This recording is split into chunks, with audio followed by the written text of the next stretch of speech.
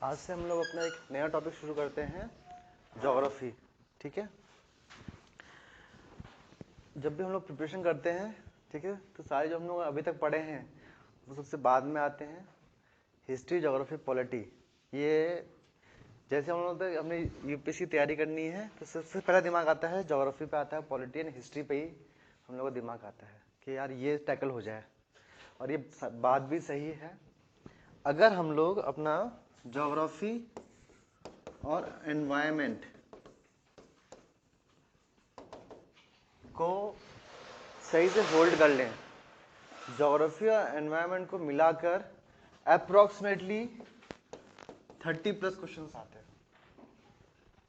अब जो क्वेश्चंस आ रहे हैं ये कहना काफी मुश्किल हो जाता है ज्योग्राफी का क्या है कि एनवायरनमेंट का है। जैसे समझ लीजिए नेशनल पार्क से क्वेश्चन आ गया, नेशनल पार्क से कौन सी नदी निकल रही है, तो आप उसको किस कैटेगरी में डालेंगे? ज्योग्राफी की चीज है, एनवायरनमेंट की भी चीज है ना। तो अगर हमारा ज्योग्राफी और एनवायरनमेंट पे होल्ड होता है तो हम लोग 30+ क्वेश्चन हम लोग कंफर्टेबली हम लोग उसको टैकल कर सकते हैं। इतने क्वेश्चन आते हैं। अगर हमसे ये स्ट्रांग हमारा है, ठीक है, ये हमारा पोर्शन स्ट्रांग है, तो मैंने आप लोगों को बताया है कि पीटी में हम लोगों को कितना करना है, +27 और करने हैं, +27 क्वेश्चन और करने हैं। हो गया हमारा 57।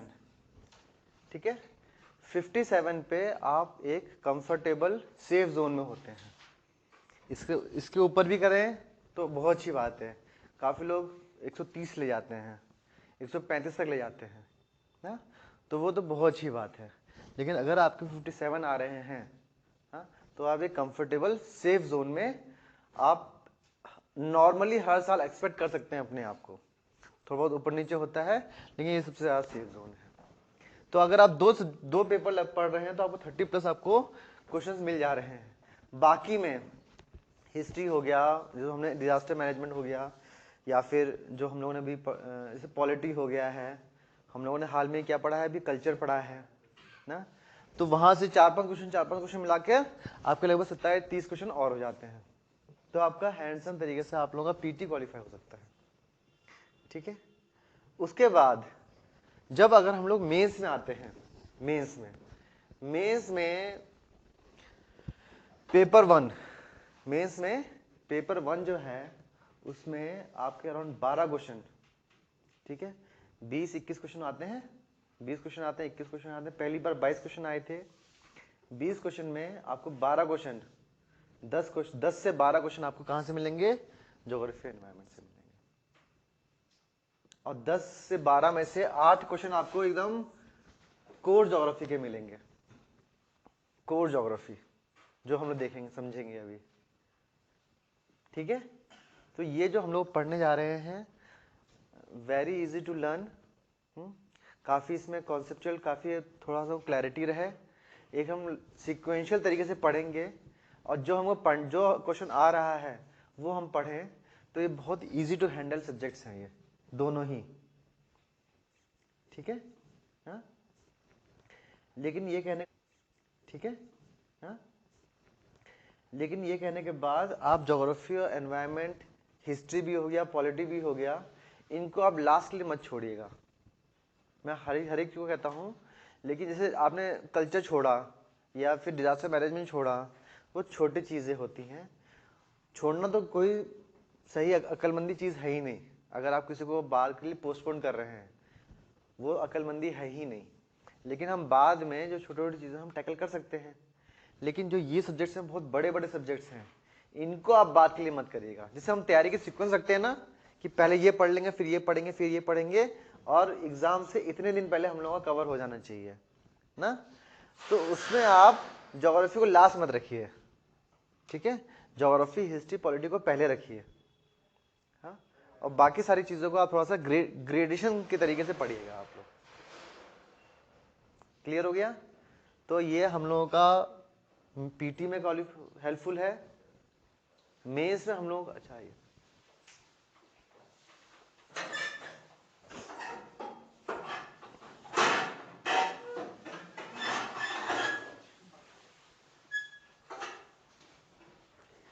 पीटी में मैंने आपको बताया इसका हेल्पफुल है। मेंस है पेपर 1, ठीक है।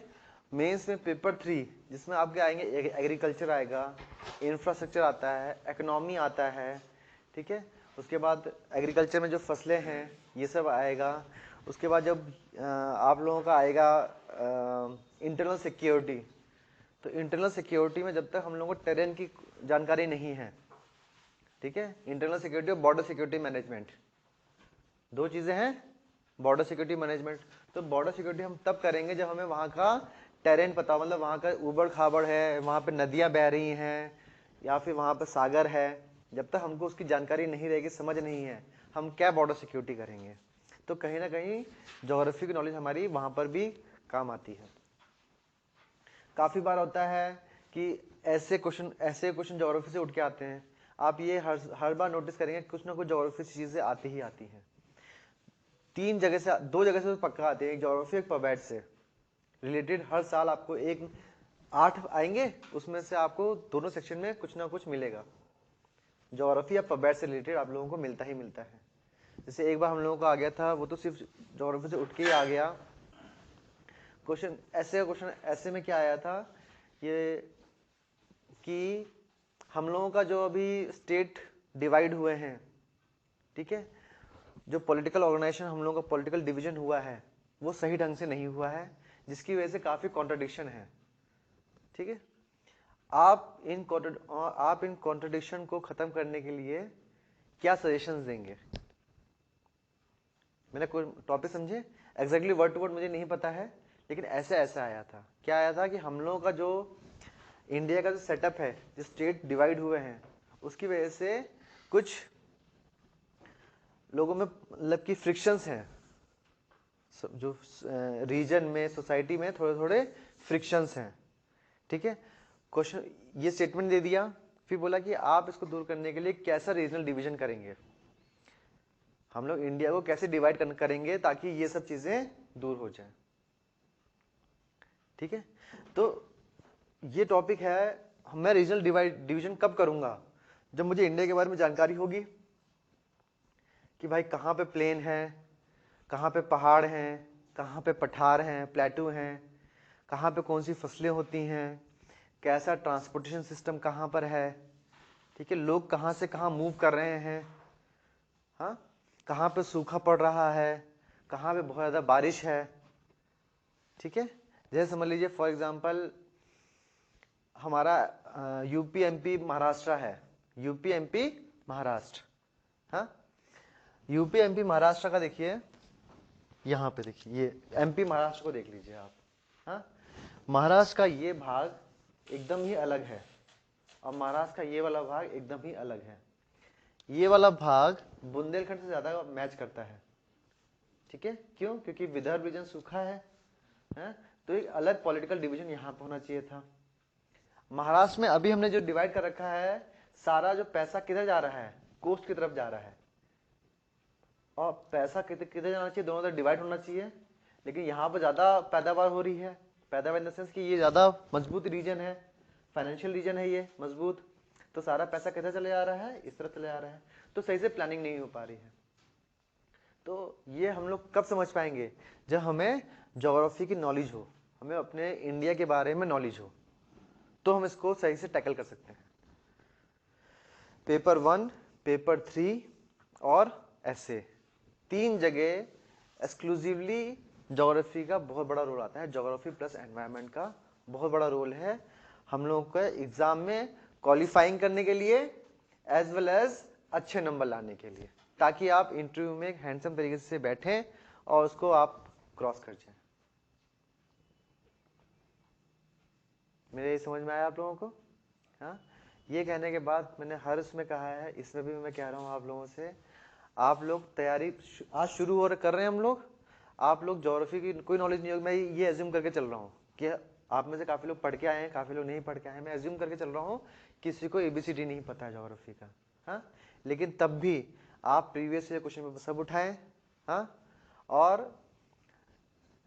तरीका क्या होता है, या तो आप लोग ज्योग्राफी का प्रीवियस ईयर क्वेश्चन पेपर ले लें सॉल्व्ड, हाँ, उसमें आप लोगों को मेहनत नहीं करनी है। नहीं करनी मतलब क्या है, आपको छांटना नहीं है, हाँ, वो इजी तरीका है, लेकिन तब भी आप लोग बाजार से लेके आए, उनको आज कल ही पढ़ के देखें सारा। पता है नहीं पता है दैट इज अनदर थिंग, लेकिन पहले ही पढ़ के देखें। जब तक आप लोगों को पता नहीं रहेगा, आप लोग उस चीज़ को नोटिस पकड़ेंगे कैसे कि हाँ भाई ये इंपॉर्टेंट है। जब हम पढ़ रहे हैं तो वो आपके एकदम बल्ब जलना चाहिए कि भैया हाँ ये देखो, ये मैंने पढ़ा था यार, ये इंपॉर्टेंट है। ठीक है, तो मैं हर सब्जेक्ट में बोलता हूँ, इसमें भी मैं बोल रहा हूँ कि previous year question paper PT as well as mains, ठीक है, उठाइए और एक बार उसको पक्का अपनी नज़रों के सामने पक्का निकलना चाहिए। 10 साल नहीं हो पा रहा है, 5 साल करिए, जैसे 14 से लेके 20 तक का आप पढ़ लीजिए।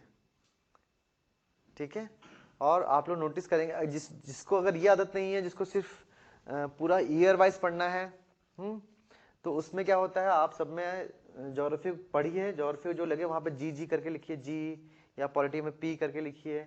लेकिन इसमें थोड़ा मेहनत वाला काम है, लेकिन इसमें फ़ायदा क्या होता है ना, इसमें फ़ायदा ये होता है कि आपको समझ में आएगा कि किस सेक्शन में, जैसे कभी बार आगे आता है, कभी पीछे आता है, कभी स्कैटर्ड वे में आता है, तो हमें एक पिक्चर मिलती है कि भाई पेपर कैसा आ रहा है। थोड़ा मेहनत वाला काम होता है, लेकिन हमें पिक्चर मिलती है पेपर में कैसे स्प्रेड करके क्वेश्चन पूछ रहा है। हम लोग एक्सक्लूसिवली ज्योग्राफी पढ़ते हैं तो हम लोगों को वो पिक्चर पूरी नहीं मिलती है होलिस्टिक। जब आप अनसॉल्व को देख रहे हैं, ठीक है, आप अपने से पिकअप करते हैं, तो आप लोगों का नज़र ऑटोमेटिकली बाकी क्वेश्चन पे जाएगी, तो आप लोगों को नोटिस होगा कि कहाँ पे कौन सा क्वेश्चन आ रहा है।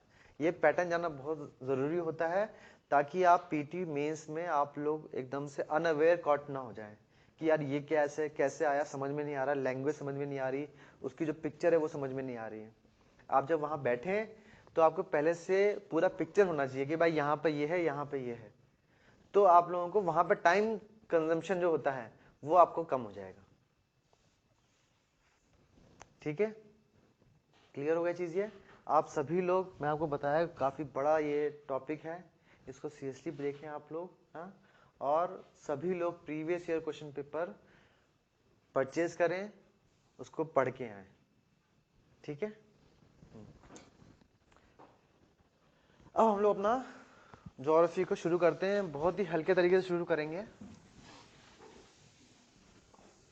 पहले समझेंगे हम लोग ढंग से।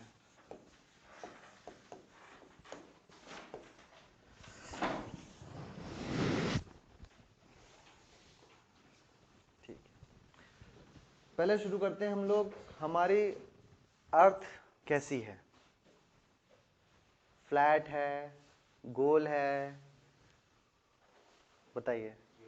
हाँ, जियोइड मतलब क्या होता है ये, कि ऑलमोस्ट स्फेरिकल है, लेकिन ऊपर मतलब ऐसे है, यहाँ पे थोड़ा सा फ्लैट है। ठीक है, तो इसको हम लोग बोलेंगे ऑलमोस्ट स्फेरिकल बोलेंगे, कॉमन सेंस में बोले तो हमने स्फेरिकल बोल दिया इसको। हमारी अर्थ क्या है, स्फेरिकल है, गेंद की तरह है। ठीक है, ये बात हो गई। उसके बाद जो हमारी अर्थ है, क्या वो यूनिवर्स का सेंटर है? सन यूनिवर्स का सेंटर है? हाँ, यूनिवर्स का सेंटर क्या है? यूनिवर्स का सेंटर क्या है? नहीं पता है। तो हम लोग, लेकिन ये है कि हम लोग का अर्थ है किसके अराउंड घूम रही है? सन के अराउंड हमारी अर्थ घूम रही है। तो अर्थ दो तरह के मोशन करती है। अर्थ जब घूम रही है तो दो मूवमेंट हो रहे हैं।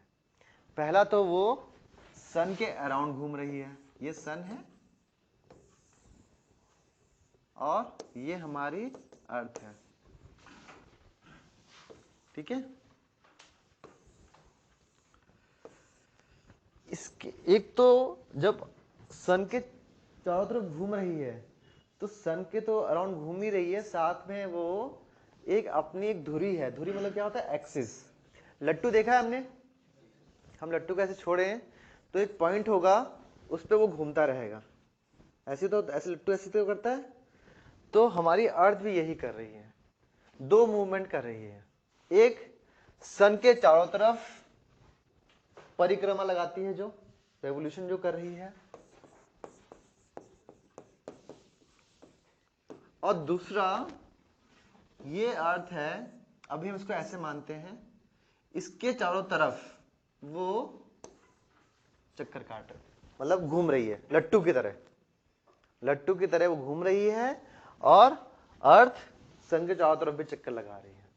इसको हम लोगों ने बोला रेवोल्यूशन, इसको हम लोगों ने बोला रोटेशन।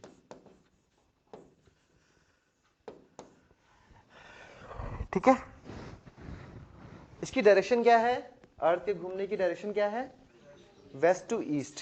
क्या डायरेक्शन है, वेस्ट टू ईस्ट। इसीलिए हमको दिखता है कि हमारा सूरज कहां से निकल रहा है, ईस्ट से निकल रहा है।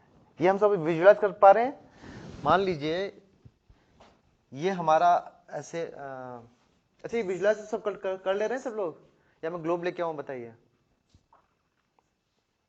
ये समझ लीजिए, मान लीजिए ये मेरा एक अर्थ है, हाँ, जैसे जैसे घूमेगी तो जो हिस्सा पहले पहुंचेगा वहां पे हमारा सन, ये मेरा सन है, जब ये यहां पहुंची तो सबसे पहले रोशनी किस पे पड़ी, इस पे पड़ी। उसके बाद जब ये वाला पार्ट इधर आया तो रोशनी इस पे पड़ी। तो हम सन तो स्टैटिक है अर्थ के कंपैरिजन में, इन रिलेशन टू अर्थ हम लोगों का सन स्टैटिक है, रुका हुआ है। अगर हम लोग अर्थ को देखें तो सन हम लोगों का रुका हुआ है, कुछ भी चीज रुकी नहीं हुई है, ये चीज तो क्लियर है।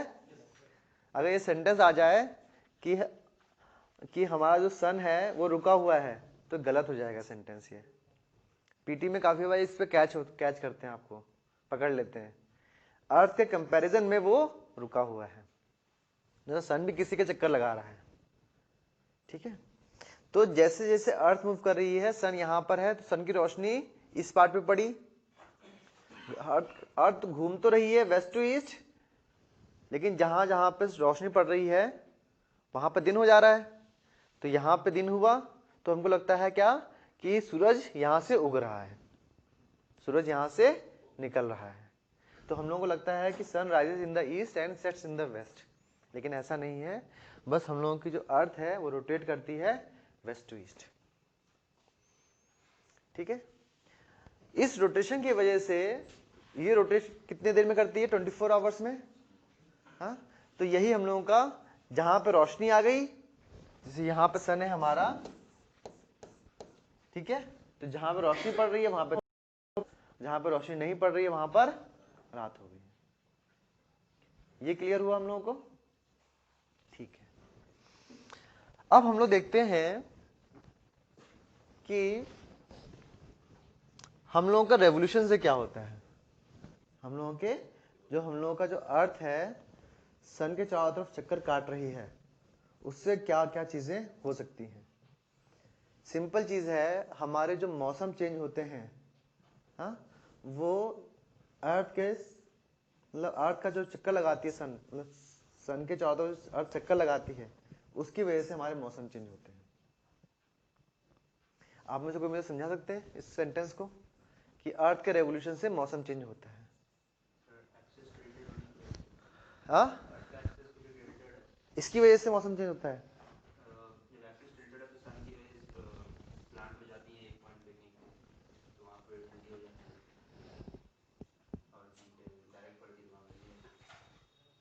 अगर टिल्टेड नहीं होती तो इक्वल डिस्ट्रीब्यूशन होता, मतलब equal distribution in the sense कि इक्वेटर पे हमेशा डायरेक्ट सनरेज पड़ती है। ठीक है, तो मतलब कि अगर मैं ये बोलूं कि रेवोल्यूशन से मौसम पे असर नहीं पड़ रहा है, plus the tilted axis of the earth, revolution plus tilted axis of the earth, उसकी वजह से हो रहा है। तो आपने टिल्टेड एक्सिस तो बताया, रेवोल्यूशन से कैसे मौसम चेंज हो रहा है। हाँ जी, हाँ, ये मैंने दिखाया ना, इलिप्टिकल मैनर, अंडाकार रूप में ऑर्बिट है। दो पोजीशन में डिस्टेंस सेम रहती है, दो पोजीशन में अलग अलग डिस्टेंस में रहती है अर्थ से। हाँ जी, पेरिजी जिसको कहते हैं, ठीक है, उसमें भी वेरिएशन आता होगा। तो दूरी बढ़ जाती है, दूरी घट जाती है।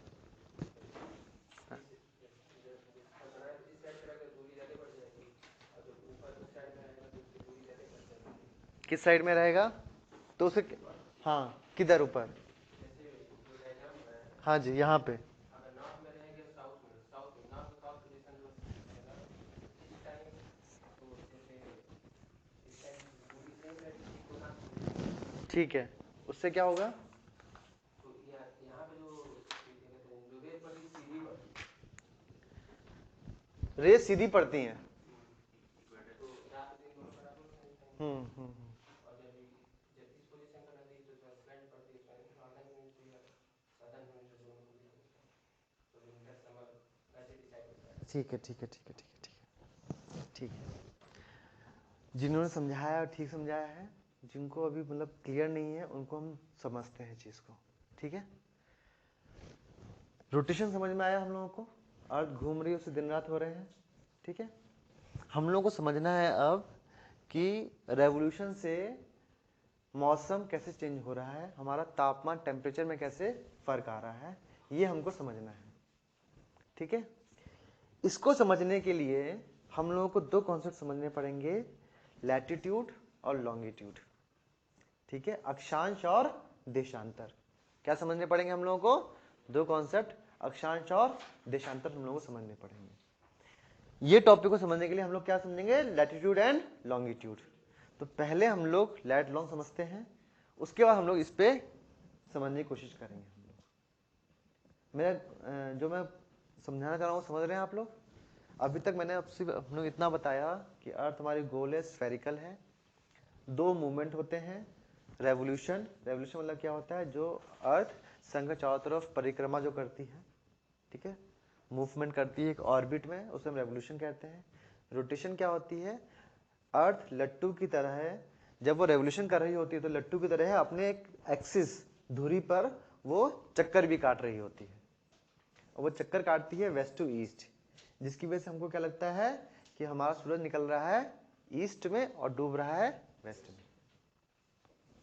ठीक है, अब हम लोग को नेक्स्ट चीज समझनी है कि रेवोल्यूशन से टेम्परेचर पे क्या इफेक्ट पड़ता है, या मौसम कैसे चेंज आते हैं। ठीक, तो इसको समझने के लिए हम लोग क्या समझेंगे? लैटिट्यूड एंड लॉन्गिट्यूड, अक्षांश और देशांतर समझते हैं हम लोग। ठीक है,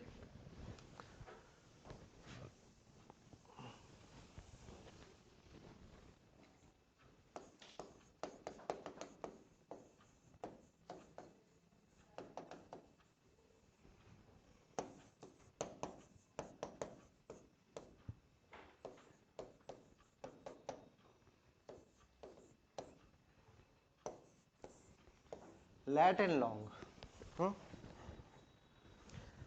ये हमारी अर्थ है। ठीक है, इस अर्थ को अगर मैं 20 से काट दूं, इस अर्थ को अगर मैं 20 से काट दूं, ऐसे काटूं जैसे समझ लिया हमारे पास गेंद है, उसको हम काट दें तो ऊपर वाला और नीचे वाला का सेम साइज हो। हाँ, तो ये पहले स्फेयर है, तो दो हेमिस्फेयर में डिवाइड हो जाएगा ये, या एक गोला था और दो अर्ध गोलार्ध जो होते हैं ना, आधे गोले, उसमें ये चेंज हो कट जाएगा। मतलब क्या है, 1 और 2 बराबर हो गए। हाँ, तो ऐसी एक हॉरिजॉन्टल लाइन, हाँ, ऐसी जो क्षैतिज रेखा जो हमारे पृथ्वी को दो बराबर भागों में बांटे, तो ऐसी एक हॉरिजॉन्टल लाइन, हाँ, ऐसी जो क्षैतिज रेखा जो हमारे पृथ्वी को दो बराबर भागों में बांटे। हाँ, और ध्यान रखिए ये काल्पनिक रेखा है, इमेजिनरी लाइन है। ये अगर मैं ढूंढने जाऊंगा तो मुझे कहीं ऐसे लाइन दिखेगी नहीं, लेकिन ये एक काल्पनिक रेखा है। हाँ, इसको हम लोग महसूस कर सकते हैं। वो हम कैसे महसूस करेंगे वो हम आगे पढ़ेंगे कि जैसे ऊपर का वाटर का मूवमेंट अलग है, इसके नीचे का वाटर मूवमेंट अलग है, मैग्नेटिक फील्ड्स अलग अलग आ जाती हैं, तो हमको महसूस हो जाए, हम मेजर कर सकते हैं हम लोग कि यहाँ पर ये लाइन जा रही है, लेकिन मुझे कहीं दिखेगी नहीं। तो ये कैसी लाइन है? इमेजिनरी लाइन है, काल्पनिक रेखा है। That divides the earth into 2 equal half, ऐसी काल्पनिक रेखा जो हमारी पृथ्वी को दो बराबर भागों में बांटे। और ये काल्पनिक रेखा है कैसी? हॉरिजॉन्टल है, क्षैतिज रेखा है। ठीक है, इसको हम लोगों ने क्या बोला? इक्वेटर। क्या बोला है हम लोगों ने? इक्वेटर बोला है। हिंदी में इसको हम बोलते हैं भूमध्य रेखा या विषुवत रेखा। क्या बोलते हैं इसको हम लोग? भूमध्य रेखा या विषुवत रेखा बोल सकते हैं। क्लियर हो गया चीज ये? अब देखिए ये इक्वेटर समझ में आया हम लोगों को? इक्वेटर, भूमध्य रेखा या विषुवत रेखा। That imaginary line which divides the earth into two equal half. ऐसी काल्पनिक क्षैतिज रेखा जो पृथ्वी को दो बराबर भागों में बांटे, उसको हम क्या कहते हैं? भूमध्य रेखा या फिर विषुवत रेखा। ठीक, अब देखिए इक्वेटर हो गया हमारा बेस। ठीक है, मतलब कोई भी मंजिल है, जैसे समझ लीजिए 50 माले की बिल्डिंग है, हाँ, जो डाउन फ्लोर होता है उसको हम 0 ही बोलते हैं ना। हमारा फर्स्ट फ्लोर ग्राउंड फ्लोर के ऊपर से शुरू होता है, जो सबसे नीचे होता है उसको हम 0 ही, उसको तो ग्राउंड फ्लोर ही बोलते हैं ना। हमारा फर्स्ट ग्राउंड फ्लोर के ऊपर से शुरू होता है ना। इसी तरीके से ये हम लोगों का बेस लाइन हो गई, हाँ। इसको हम लोगों ने क्या बोला? 0 डिग्री। इसको हम लोगों ने क्या बोल दिया? 0 डिग्री बोल दिया हम लोगों ने। ठीक है, अब क्या हुआ? हम लोगों को पढ़ना है लैट एंड लॉन्ग। हम लोग क्या पढ़ दिए? इक्वेटर पढ़ दिया हम लोगों ने। इक्वेटर क्लियर हुआ हम लोगों को, भूमध्य रेखा क्लियर हो गया। अब देखिए ऐसी हॉरिजॉन्टल लाइन जो इक्वेटर के पैरेलल हो, ऐसी हॉरिजॉन्टल लाइन जो इक्वेटर के पैरेलल हो, उसको हम कहते हैं लैटिट्यूड, या any line parallel to equator. Horizontal भी तो हॉरिजॉन्टल ही हो गया। Any line parallel to equator is called latitude. बहुत सिंपल टर्म्स में मतलब क्या है? एक कोई लाइन हम खींच दें जो हमारे इक्वेटर के पैरेलल हो, उसको हम लोग क्या बोलेंगे? लैटिट्यूड या फिर अक्षांश। क्लियर हो गया? हाँ, इसी तरीके से एक लैटिट्यूड हम यहां भी खींच सकता हूं। ये वाला लैटिट्यूड कहां पर है? नॉर्थ में है ना, इसके ऊपर है, तो मैं बोलूंगा नॉर्दर्न हेमिस्फीयर का लैटिट्यूड या उत्तरी गोलार्ध का अक्षांश। ये क्या हो गया? सदर्न लैटिट्यूड हो गया ना, सदर्न हेमिस्फीयर का लैटिट्यूड या दक्षिणी गोलार्ध का लैटिट्यूड। इसको मैंने क्या नंबर दिया? ये इसके डेक्स है, 1 नंबर दे दिया, 1 डिग्री। ठीक है, इसी तरीके से इसके पहले मैंने एक और लाइन खींची, इसको मैंने दिया 2 डिग्री, फिर एक और खींची 3 डिग्री। हाँ,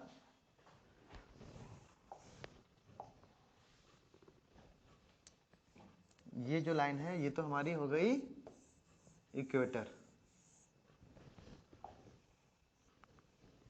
ठीक है, इसके ऊपर फिर लाइन मैं अगर खींचते चले जाऊं,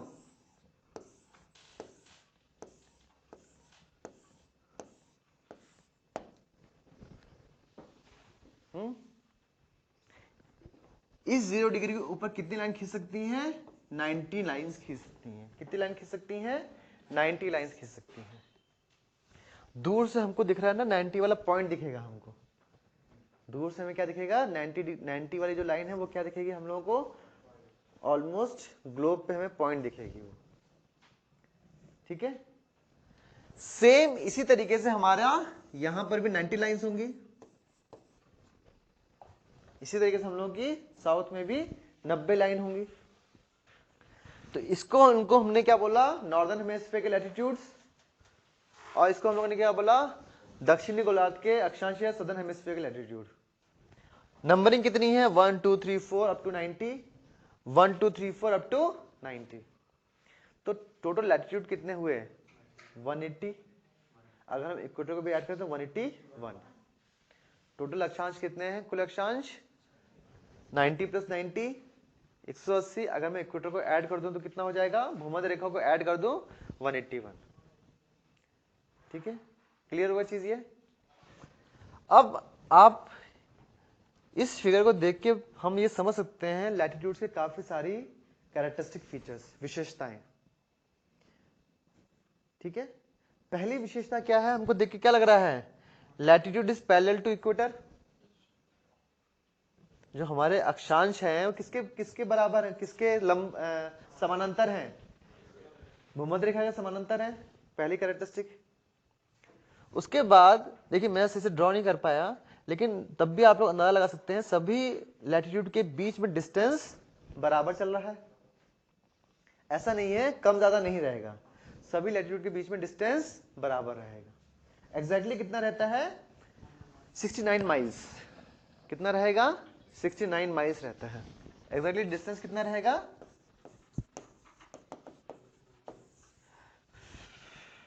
ठीक है। इसको भी हटाएं तो ये तो बेकार चीज है, हम बस इतना समझते हैं कि हमारा लैटिट्यूड के बीच में डिस्टेंस क्या है, बराबर है, और सारे लैटिट्यूड एक दूसरे के बराबर हैं, पैरेलल हैं। दो लाइन एक ले आएंगे पैरेलल, मतलब सारी लाइन पैरेलल हो गई ना, ये क्लियर हो गया चीज। ये दो विशेषताएं पढ़ ली हमने कि सारे लैटिट्यूड किसके पैरेलल हैं, इक्वेटर के पैरेलल हैं, और सारे लैटिट्यूड एक दूसरे के पैरेलल हैं, समानांतर हैं। सब लैटिट्यूड के बीच में डिस्टेंस क्या है, बराबर है। और देख के हमें क्या लग रहा है कि जैसे जैसे में हम लैटिट्यूड में ऊपर जा रहे हैं उनकी जो लेंथ है वो क्या हो रही है, और ऐसा दिखता है कि जो लास्ट वाला है वो ऑलमोस्ट पॉइंट है। क्लियर होगा चीज ये, ठीक है। सेम हमारा साउथ के लिए होगा, क्लियर। सेम हमारा किसके लिए हो गया, साउथ के लिए हो गया। साउथ में भी 90 लाइंस होंगी, सभी इक्वेटर के पैरेलल होंगी, सभी आपस में पैरेलल होंगी, सभी के बीच में डिस्टेंस बराबर होगा, और जैसे जैसे हम 0 से 90 डिग्री जाएंगे हमारा लेंथ क्या है, कम होती चली जाएगी, और 90 डिग्री पे ऑलमोस्ट पॉइंट दिखेगा हम लोगों को। क्लियर हो गया चीज ये हम लोगों ने क्या पढ़ लिया, लैटिट्यूड। क्या पढ़ लिया हम लोगों ने, लैटिट्यूड पढ़ लिया, अक्षांश पढ़ लिया। अब हमको पढ़ना है लॉन्गिट्यूड या देशांतर। क्या पढ़ना है हम लोगों को, लॉन्गिट्यूड या फिर देशांतर, ठीक है। ठीक, अब आप मुझे एक चीज बता दीजिए, मैंने इक्वेटर को हमने 0 डिग्री बोला, क्यों बोला हमने 0 डिग्री, क्योंकि सिर्फ यही एक लाइन है जो अर्थ को दो बराबर भागों में बांट रही है लैटिट्यूड्स में। अक्षांश में सिर्फ एक इक्वेटर ही ऐसा लैटिट्यूड है जो हमारी अर्थ को दो बराबर भागों में बांट रहा है, और कोई लैटिट्यूड बराबर भागों में बांट रहा है ना।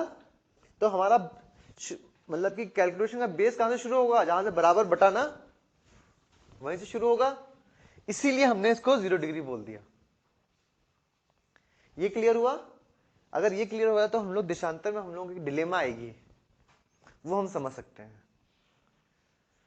ये आप लोगों को क्लियर हुआ। इक्वेटर को मैंने 0 डिग्री क्यों बोला,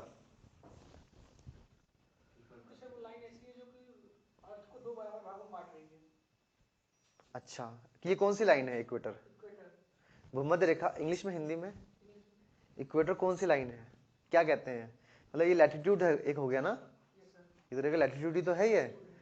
तो ये एक ऐसा मतलब हॉरिजॉन्टल लाइन है, लैटिट्यूड है जो अर्थ को दो बराबर भागों में, मैं अगर बोल लूं कि 1 डिग्री नॉर्थ लैटिट्यूड है, 1 डिग्री उत्तरी जो अक्षांश है बराबर भागों में बांट रहा है क्या, या फिर 3 डिग्री साउथ बराबर भागों में बांट रहा है। इन सब लाइन में सिर्फ एक लाइन ऐसी है जो बराबर भागों में बांट रही है, वो कौन सी है, इक्वेटर। इन सब लाइन में सिर्फ एक लाइन ऐसी है जो बराबर भागों में बांट रही है, वो कौन सी है, इक्वेटर, ठीक है।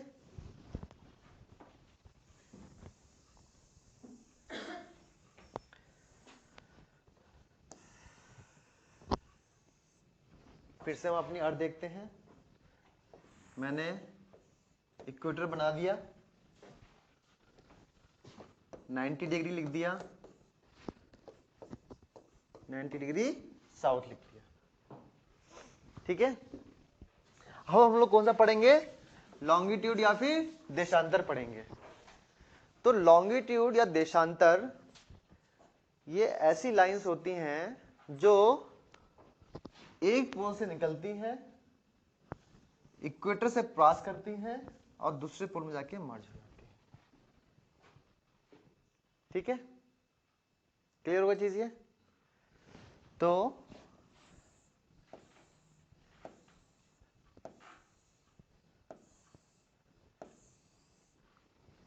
सारे हमारे लाइंस सब में ये फिट बैठ रही है, ये एक पोल से निकल रही है, इक्वेटर से पास कर रही है, दूसरे पोल में जाके मर्ज हो जा रही है। मैं किसी भी लाइन को देखूंगा तो ऐसे ही हो रहा है, ठीक है। तो इनको हम कहते हैं, इन लाइंस को हम क्या कहते हैं, लॉन्गिट्यूड या देशांतर। मैं आपको टेक्निकल लैंग्वेज डेफिनेशन नहीं बता रहा हूं, एकदम सिंपल जो इजी टू अंडरस्टैंड है वो बता रहा हूं। एक पोल से लाइन निकली, इक्वेटर से पास करी और दूसरे पोल में जाके वो मर्ज करते हुए दिखाई देती है, पास करते हुए दिखाई देती है, उसको हम लोगों ने क्या बोला, लॉन्गिट्यूड या देशांतर। क्लियर हुआ चीज ये? अब देखिए, पहले हम लोग इनके कैरेक्टरिस्टिक फीचर देख लेते हैं, विशेषताएं देख लेते हैं। देख के हमें क्या समझ में आ रहा है बताइए, इस फिगर को देख के हमें क्या क्या समझ में आ रहा है? ठीक है, और सभी लाइनें बराबर हैं, आपस में सबकी लेंथ बराबर है। चलिए ठीक है, और ये सभी अर्थ को दो पार्ट में डिवाइड कर रहे हैं। ठीक है, और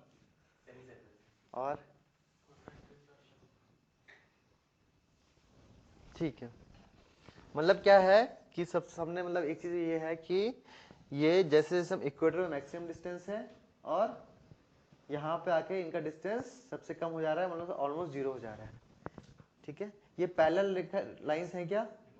तो मेरे ख्याल से हम लोग लिख दें अगर सही रहता है कि हमारी पैरेलल लाइंस नहीं है, तो we have one valid point कि भाई हमारे लैटिट्यूड्स पैरेलल थे, ये हमारे पैरेलल नहीं है। वो इससे समझ में आ रहा है ना, डिस्टेंस ज्यादा है, डिस्टेंस कम हो रही है, वो मतलब कि एज्यूम कर सकते हैं, लेकिन हम बोले तो ज्यादा अच्छा समझने में, ठीक है। जिसको अगर समझ में नहीं आया तो हम फिर से समझ रहे हैं। इक्वेटर मैक्सिमम डिस्टेंस, जैसे जैसे हम पोल्स पे जाएंगे डिस्टेंस का कम होता चला जाएगा, इसका मतलब ये है कि ये पैरेलल लाइंस नहीं है, ठीक है। उसके बाद ये सारी लाइंस होती हैं, ये अर्थ को दो बराबर भागों में बांटती हैं। अगर हमारे पास अगर बॉल हो, आप प्लीज आप उठ के जाइएगा, ग्लोब लेके आइएगा, वहां से ऑफिस में ग्लोब रखा होगा।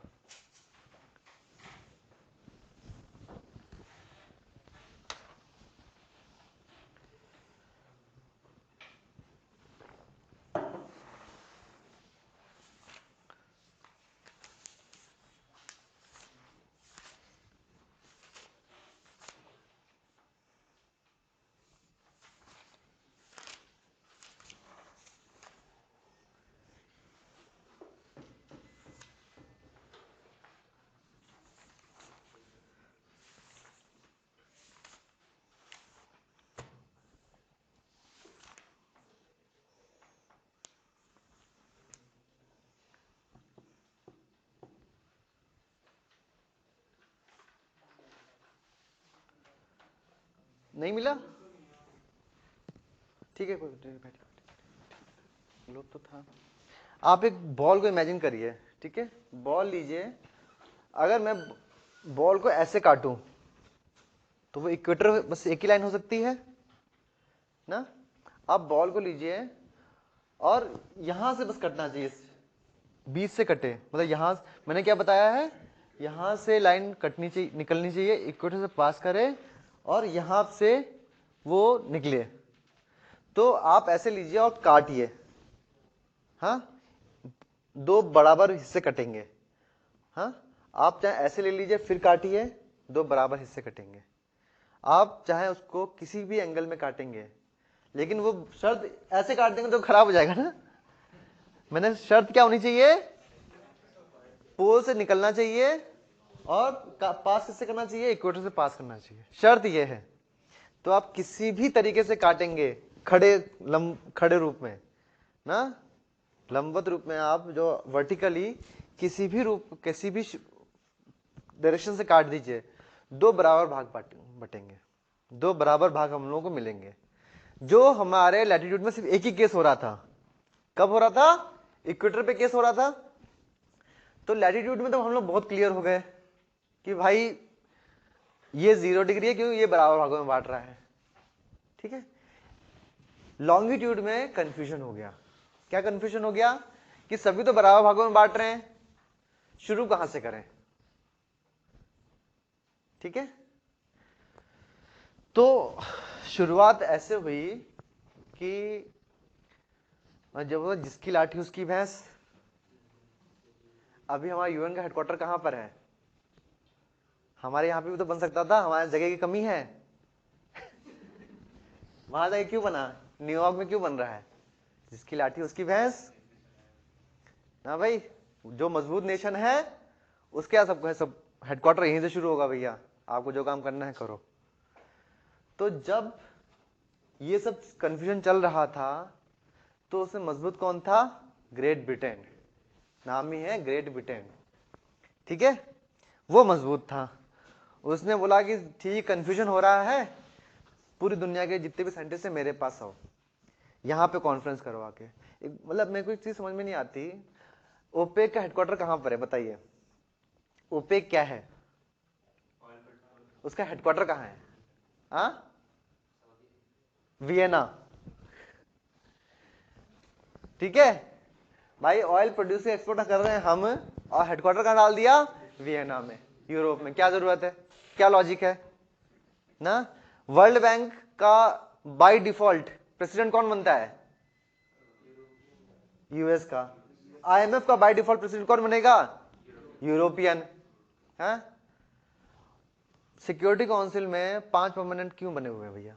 हमको भी तो इंक्लूड क्यों नहीं कर रहे वो लोग ना? नॉन प्रोलिफरेशन ट्रीटी है, एनपीटी पता है सबको? नॉन, हम लोग साइंस सेंटर में पढ़ चुके हैं नॉन प्रोलिफरेशन ट्रीटी। मतलब क्या है? वो हमसे बोल रहा है सब लोग कि न्यूक्लियर वेपन मत करो, और खुद वो टेस्ट कर रहे हैं ना। समझ रहे हैं आप लोग?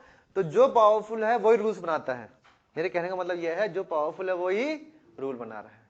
तो उससे मजबूत कौन था?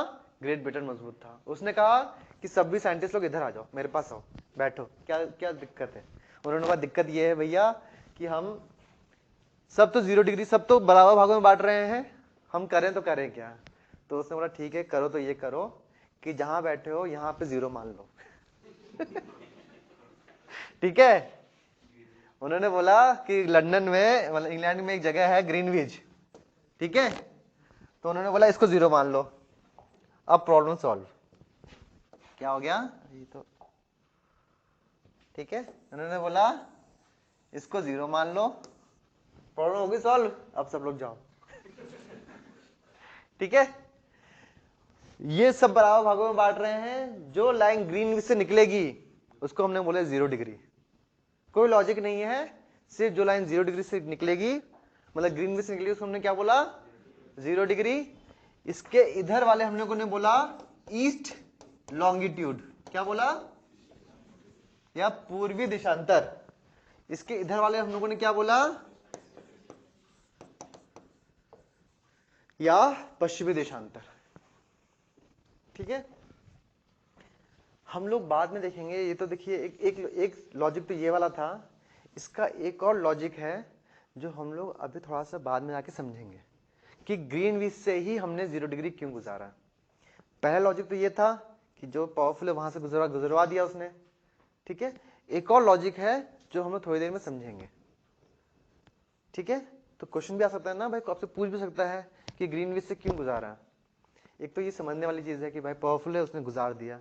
एक जो लॉजिकल एक्सप्लेनेशन है कि एक्चुअल में क्यों गुजरी यहां से, वो एक्सप्लेनेशन है कि एक्चुअल में क्यों गुजरी यहां से, वो हम लोग थोड़ी देर में आके समझेंगे।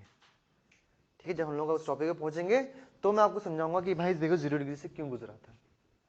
2 रीजंस हैं, एक तो पॉलिटिकल रीजन, एक है ज्योग्राफिकल रीजन।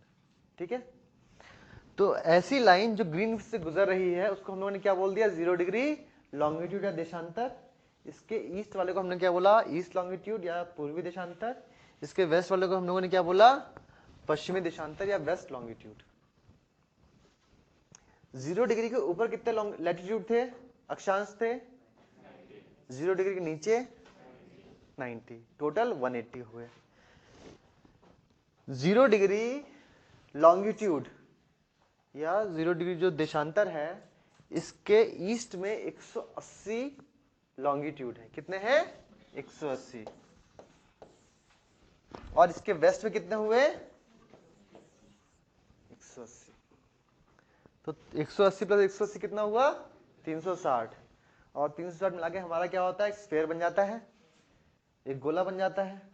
ठीक है, तो यही चीज हम लोगों का है कि हमारा पूरा स्फीयर बन गया, मतलब हमने पूरे स्फीयर को 360 भागों में बांट दिया।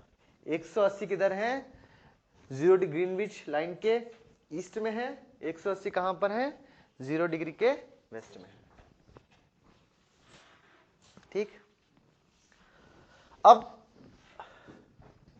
मैंने आपको बताया था लॉन्ग लैटिट्यूड के बीच में डिस्टेंस हर समय बराबर होता है। अगर मैं बोल दूं कि मैं इतने माइल्स ऊपर नॉर्थ ऑफ इक्वेटर हूं, तो आप कैलकुलेट करके बता सकते हैं मैं किस लैटिट्यूड पे हूं ना, क्योंकि भाई डिस्टेंस बराबर है। या मैं बोल दूं कि भाई मैं इस लैटिट्यूड पे हूं या इस अक्षांश पे हूं, तो आप मेरा डिस्टेंस बता सकते हैं इक्वेटर से, इक्वल डिस्टेंस है। ठीक है, तो लैटिट्यूड का रोल क्या आता है नापने में, क्या डिस्टेंस नापने में, दूरी नापने में आता है। लॉन्गिट्यूड का रोल आता है हम लोगों का टाइम कैलकुलेशन में। किस में आता है हम लोगों का रोल, टाइम कैलकुलेशन में आता है रोल। टाइम कैलकुलेशन में कैसे आएगा, देखिए मैंने आपको बताया था हमारी अर्थ कैसे मूव करती है, वेस्ट टू ईस्ट, जिसकी वजह से हमें क्या दिखता है, हमारा सन कैसे मूव कर रहा है, ईस्ट टू वेस्ट, ईस्ट से निकल रहा है और वेस्ट से डूब रहा है। तो जब यहां पर सबसे पहले रोशनी कहां पड़ेगी, इधर पड़ेगी। आप लोग मेरी बात समझ रहे हैं, सबसे पहले मैं सबको देखूं तो सबसे पहले जो रोशनी पड़ेगी वो इस लॉन्गिट्यूड पे पड़ेगी ना, इस लॉन्गिट्यूड मतलब क्या, ये यहां पड़ेगी। फिर मेरी अर्थ थोड़ी सी और इधर घूमी तो इस वाले लॉन्गिट्यूड पे पड़ेगी। मेरी बात समझ रहे हैं आप लोग। तो जैसे जैसे मेरी अर्थ घूमती चली जाएगी सब पे रोशनी पड़ती चली जाएगी। हाँ, जहां पर सबसे पहले रोशनी पड़ी वहां पर सबसे पहले दिन हुआ। मेरी बात समझने की कोशिश करिएगा, जब हम यहां पर हैं, जब यहां पर सुबह हो गई है, यहां पर तो रात है, यहां पर दिन पीछे चल रहा है ना। क्लियर हो रहा है चीज, ये मैं जो समझाना चाह रहा हूं आप लोगों को। ग्लोब में और सही समझ में आता है, हम लोग ग्लोब वैसे होना चाहिए था। तो 360 जो लॉन्गिट्यूड है वो जब घूम जाते हैं तो एक दिन बन जाता है। 360 जब घूम जाते हैं तो क्या होता है, एक दिन बन जाता है हम लोगों का। क्या है, 360 डिग्री हमारे 24 आवर्स में हमारी अर्थ रोटेट कर जाती है ना। ठीक है, तो अगर मैं देखूं कि एक घंटे में कितना अर्थ एक घंटे में कितना लॉन्गिट्यूड घूमी, तो वो क्या हो सकता है, 15 डिग्री।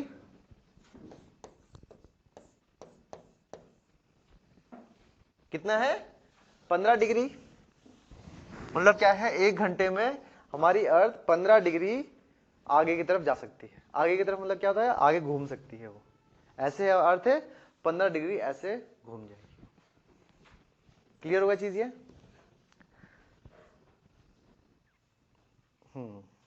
अब आप एक चीज और समझिए कि मान लीजिए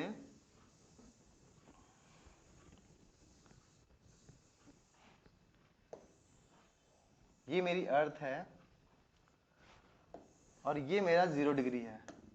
क्या है, 0 डिग्री लॉन्गिट्यूड। ठीक है, अब क्या हुआ, यहां पे मान लीजिए आज फ्राइडे है, फ्राइडे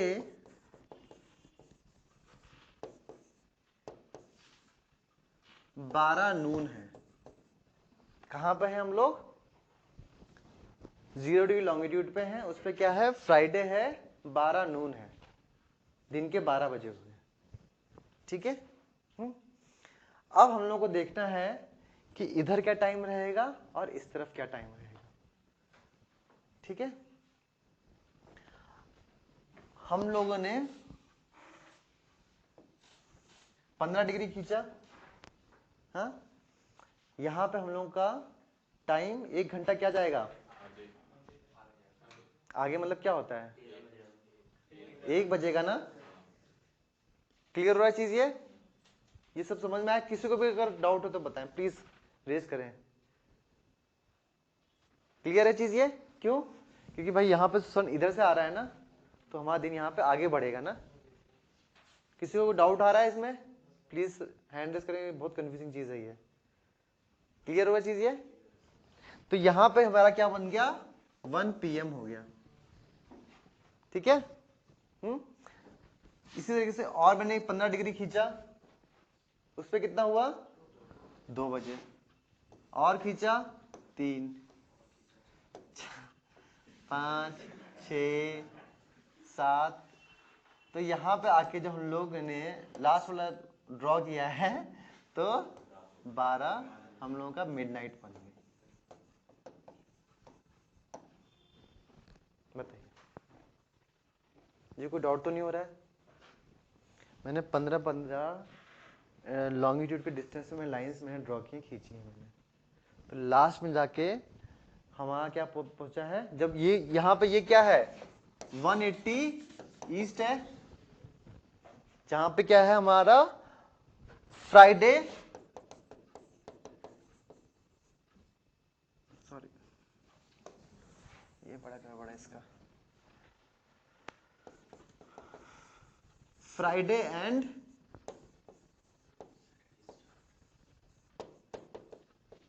सही लिखा है मैंने, फ्राइडे एंड सैटरडे स्टार्ट हो रहा है, ठीक है। अब हम लोग जा रहे हैं इसके वेस्ट में। वेस्ट में हमारा दिन पीछे जाएगा। वेस्ट में अगर हम जाएंगे तो हमारा दिन पीछे जाएगा। आप लोग ये मत समझिएगा कि वेस्ट में कुछ प्लेस मूव कर रही है, नहीं। आप लोग देखिएगा, ये देखिए हम लोगों का जा रहा है ग्रीनविच, ठीक है। ये हम लोगों का ग्रीनविच है। जब यहां पर इस जगह पे 12 दोपहर के 12 बजे हुए हैं, मैंने अभी हम लोगों ने इधर का समझा है, तो सेम इसी टाइम पर यहां पर क्या बज रहा होगा 1, सेम इसी टाइम पर यहां पर क्या बज रहा होगा 2, 3, 4, 5, 6, 7, 8, 9, 10, 11, 12। मेरी बात समझ रहे हैं आप लोग? जब मैं क्या बोल रहा हूं, जब यहां पे 12 बज रहे हैं दोपहर के, तो सेम इसी समय अलग अलग जगह क्या टाइम हो रहा है, ठीक है। और ये हो क्यों रहा है? क्योंकि हमारी अर्थ रोटेट कर रही है, इसकी वजह से हो रहा है ये। अब हम लोग बोल रहे हैं जब यहां पर दोपहर के 12 बजे हुए हैं तो इधर क्या होने वाला है। जैसे जैसे हम लोग 15 डिग्री वेस्ट चलते चले जाएंगे, हमारा टाइम घटता चले जाएगा। घटता चले जाएगा मतलब क्या होता है कि जब यहाँ पर 12 नून है तो यहाँ पर 11 होगा, 10, देखिए यहाँ पर 11 होगा, 10, 9, 8, 7, 6, 5, 4, 3, 2, 1, यहाँ पे सॉरी यहाँ पे 12 बजे। हम लोग हर 15 डिग्री का लॉन्गिट्यूड खींच दें, मतलब क्या है 15 degree, 15 degree, 15 degree, 15 degree, 15 degree, 15, 15, 15, 15, ऐसे किसी में यहाँ पे पहुंचा। तो यहाँ पे कौन सा लॉन्गिट्यूड हो गया 180 वेस्ट हो गया। तो इधर क्या हो रहा होगा हम लोगों का, इधर क्या हो रहा होगा हम लोगों का, क्या हो रहा है इधर हमारा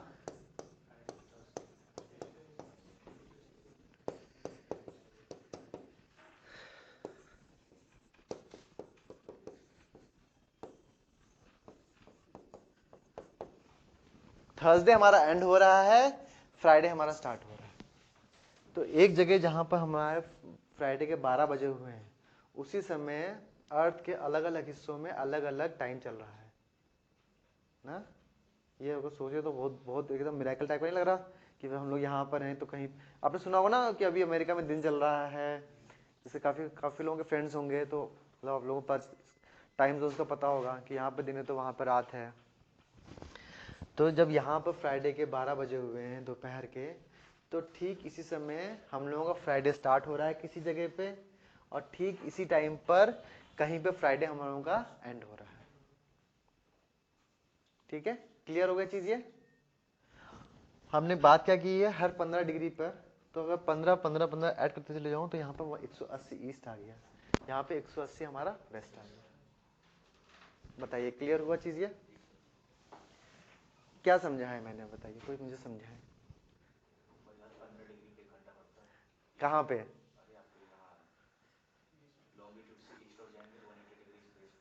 क्या फिर से बताएं? 15 डिग्री पे 1 घंटा बढ़ता है। कहाँ से? अरे 0 डिग्री लॉन्गिट्यूड किधर जाएंगे तो? ईस्ट की तरफ ठीक है, जाएंगे, उधर जाएंगे तो फिर उधर भी जाएगा। उधर भी क्या जाएगा? 15 डिग्री पे 1 घंटा वो पीछे जाएगा। पीछे जाएगा। हाँ मतलब वो, हाँ, मतलब क्या? ऐसे सर समझे नहीं आप? नहीं,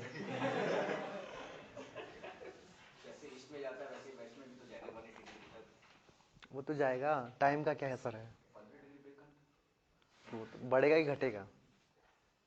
घटेगा सर। कहाँ घटेगा? वेस्ट में जाकर ये बढ़ेगा कहाँ पे? ईस्ट में जाकर। ठीक है, आप बताएं। सही है। हाँ, सर इस 0 डिग्री जो लॉन्गिट्यूड है उससे ईस्ट में जाने पर टाइम बढ़ता है और उसके वेस्ट में जाने पर टाइम बढ़ता है। ठीक है। कितने, मतलब कि जैसे हमने देखा ना, हर 15 डिग्री पे या फिर 1 मिनट 4 डिग्री 1 मिनट में बढ़ रहा है, 4 डिग्री 1 मिनट में, वो और नीचे गया नहीं, मैं अननेसेसरी कंफ्यूजन वाला होता। 4 डिग्री कितने में कवर होता है? 1 मिनट में। 1 घंटे में 15 डिग्री कवर हो जाती हैं। हाँ, तो हर 15 डिग्री पे 1 घंटा हम लोगों का बढ़ रहा है ईस्ट में, और हर 15 डिग्री पे 1 घंटा हमारा घट रहा है वेस्ट में। सही बताया था, मैं बाकी से कंफर्म कर रहा था। ठीक है। और एक चीज़ है, जब भी आप आंसर करें, हाँ, ये देखिए बहुत फॉर्मल सेटअप है। ठीक है, आप फॉर्मली आंसर देने की कोशिश करें, क्योंकि जब आप यहाँ पे आंसर नहीं देंगे फॉर्मली तो आप आंसर वहाँ नहीं लिख पाएंगे। यहाँ पे आप कैजुअल आंसर लिखेंगे ना, तो डेफिनेटली वहाँ पे कैजुअली आंसर लिखेंगे आप, कि जाएगा किधर जाएगा पता नहीं ना। मेरी बात समझने की कोशिश नहीं, तो वो मैं पूछ रहा हूँ ना आपसे, मेरी बात समझने की कोशिश करिए। This is very formal setup, classroom is very formal setup ना। मैं, देखिए आपने जवाब एकदम सही दिया है, लेकिन मैं आपके बेहतरी के लिए चीज़ बोल रहा हूँ कि आप आंसर दें ना तो फॉर्मल आंसर दें। उसमें क्या होगा, आप लोगों का ही इम्प्रूवमेंट है। ठीक है, हाँ सुधारिए। ये क्लियर हुआ चीज सब? 3 मेन हो गए हम लोगों के, कि एक तो 0 डिग्री,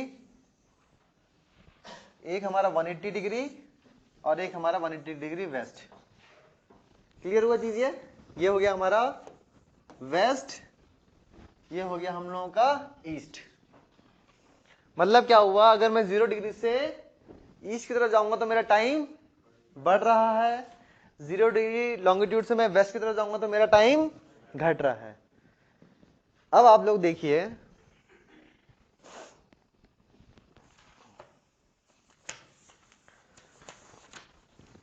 ये जो पूरा है सेम है, छोटा सा पेपर है ये मेरा क्या है 0 डिग्री, ये क्या है मेरा 180 डिग्री ईस्ट, ये क्या है मेरा 180 डिग्री। ठीक है, ये 0 degree, 180 degree west, 180 degree east. हाँ, हमारी अर्थ फ्लैट है क्या? फ्लैट तो नहीं है, गोल है। इसको मैं जोड़ दूं तो यही तो लाइन आ रही है, इसको मैं ऐसे जोड़ूं, अब पीछे कैसे दिखाई देगा? चलिए ठीक है, मैं आपको कन्फ्यूज ऐसे कर रहा हूं, यही तो लाइन है मेरी 180 डिग्री ईस्ट और वेस्ट, एक्चुअल में एक ही लाइन है मेरी। 180 डिग्री ईस्ट बोलूं या 180 डिग्री वेस्ट बोलूं, एक ही लाइन तो हुई, वो 2 लाइन थोड़ी है। क्लियर हुआ सबको? मैं ये लिया मैंने, ये वाला और ये वाला पॉइंट है और ये वाला पॉइंट है, अगर मैं जोड़ूं तो देखिए यहां पर बेरिंग सी यहां पर भी है, बेरिंग सी यहां पर भी है, दोनों सी जोड़ेंगे तो एक ही तो हो गया, लाइन हमारी एक ही है, लाइन हमारी एक ही है, तो मैं इसको 180 डिग्री बोल सकता हूं। क्या बोल सकता हूं? ठीक। 0 डिग्री को मैंने बोला प्राइम मेरिडियन, क्या बोला?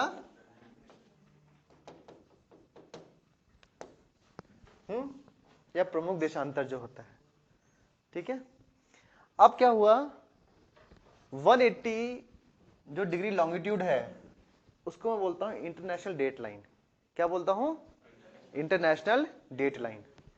क्यों बोलते हैं इसको इंटरनेशनल डेट लाइन, वो हम समझते हैं। ये सेटअप समझ में आ गया हम लोगों को? सेटअप क्लियर हुआ चीज ये?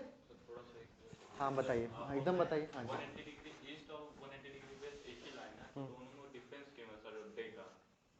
यही तो समझ रहे हैं, वो थोड़ा समझा दीजिए। यही समझ रहे हैं अभी तो समझाया ही नहीं आपको। अच्छा वही समझ रहे हैं क्या? हाँ ये समझ जा। प्राइम मेरिडियन क्या होता है बताइए? जो 0 डिग्री लॉन्गिट्यूड होता है वही प्राइम वो प्राइम मेरिडियन होता है, या फिर हम लोग प्रमुख या प्रधान देशांतर जो कह रहे हैं हम लोगों को, ठीक है। अब मैंने क्या बोला, 180 डिग्री लॉन्गिट्यूड को हम क्या बोलते हैं? International date line. क्यों बोलते हैं ये हम समझ रहे हैं। आपने बोला ये तो डेट चेंज हो रही है, क्या है कंफ्यूजन, क्या हो रहा है, ठीक है। यही चीज हम समझने की कोशिश कर रहे हैं। इंटरनेशनल डेट लाइन देखिए, अब मैं उसको दोबारा ड्रॉ कर रहा हूं, आप लोग मुझे करेक्ट करिएगा कि मैं कुछ सही लिख रहा हूँ गलत लिख रहा हूँ। ये आप लोग से याद रख लीजिए, ठीक है, क्योंकि मैं थोड़ा लिखने में शायद ऊपर नीचे हूँ। हाँ,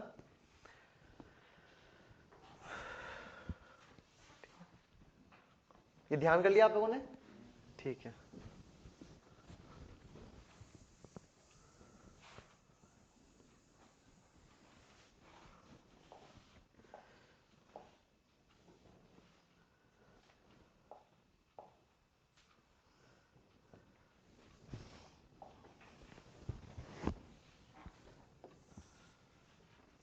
जीरो डिग्री, ठीक है। यहां पे क्या चल रहा था हमारा? फ्राइडे नून, मतलब 12 PM। हम यहां पर आए, ये क्या है हमारा? 180 डिग्री ईस्ट बोल दिया मैंने। क्या बोल दिया? ईस्ट। ठीक है। अब मैं यहां से चल रहा हूं, ठीक है, यहां से चल रहा और इस पॉइंट पे जाके खड़ा हो गया, 180 डिग्री पे खड़ा हो गया, क्रॉस नहीं किया मैंने, मैं 180 तक पहुंच चुका हूं। तो मेरे पास यहां पे जब मैं यहां पहुंच गया हूं, मतलब क्या है, मैं यहां तक पहुंच गया, ये मेरा 180 डिग्री है। तो यहां पहुंचा तो मुझे क्या दिखा, क्या टाइम चल रहा है? फ्राइडे मेरा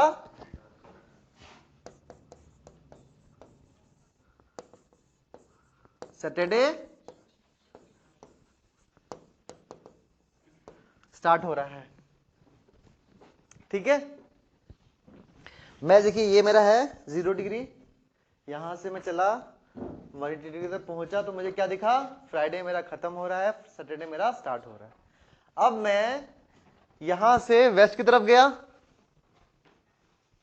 यहां से मैं वेस्ट की तरफ गया, तो मैंने बताया दोनों लाइन तो है तो एक ही, तो घूम के मैं यहां पहुंचा। कहां पहुंचा?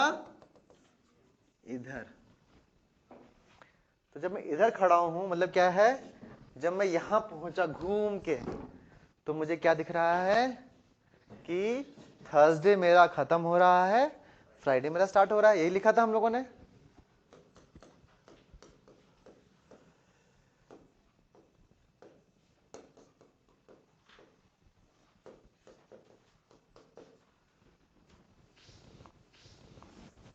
बताइए, समझिए इसको, देखिए सबको ये एब्जॉर्ब कर पा रहे हैं आप लोग? सही? हाँ, कोई कंफ्यूजन? थर्सडे कैसे एंड हो रहा है बताइए? ये 180 वो कहां पर है? थर्सडे एंड और फ्राइडे स्टार्ट कैसे हो रहा है? जब मेरा यहाँ पे 12 बज रहा है, तो वहां पे थर्सडे एंड या फ्राइडे स्टार्ट कैसे हो रहा है? प्राइम मेरिडियन के लेफ्ट जाने से 180 वेस्ट पहुंचेंगे। प्राइम मेरिडियन के वेस्ट जाने से 180 वेस्ट पहुंचेंगे, तो जब 180 वेस्ट पहुंचेंगे तो -12 आवर्स हो जाएंगे। तो 12 PM वहाँ हो रहा था 0 पे, तो 180 वेस्ट पे -12 यानी कि 12 रात के 12 बज जाएंगे। रात के 12 मतलब थर्सडे हमारा खत्म हो रहा है, फ्राइडे हमारा स्टार्ट हो रहा है। क्लियर हुआ चीज ये? तो देखिए एक ये लाइन है इस लाइन के अगर मैं इधर कहीं से भी क्रॉस करूं तो मेरी डेट चेंज हो जाती है। हाँ, इसीलिए इसको हम कहते हैं इंटरनेशनल डेट लाइन, मतलब अंतरराष्ट्रीय तिथि रेखा। ठीक है, ये ऐसी लाइन है कि जस्ट मैं क्रॉस करूंगा तो मुझे क्या होगा, मेरी डेट चेंज हो जाएगी। ठीक, अब देखिए जब मैं यहां पर खड़ा हुआ हूं, हाँ, तो मेरा फ्राइडे एंड हो रहा है।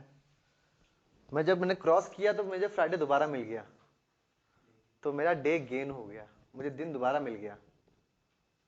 ठीक है, अब जब मैं इधर खड़ा हूं मेरा थर्सडे एंड हो रहा है, जब मैं इधर आया तो मेरा सैटरडे स्टार्ट हो रहा है, मेरा फ्राइडे मेरा एंड हो रहा है, तो मेरा एक दिन मेरा खो गया। तो आई लूज अ डे जब मैं ईस्ट टू वेस्ट जाऊंगा। I gain a day when I move from west to east. बताइए,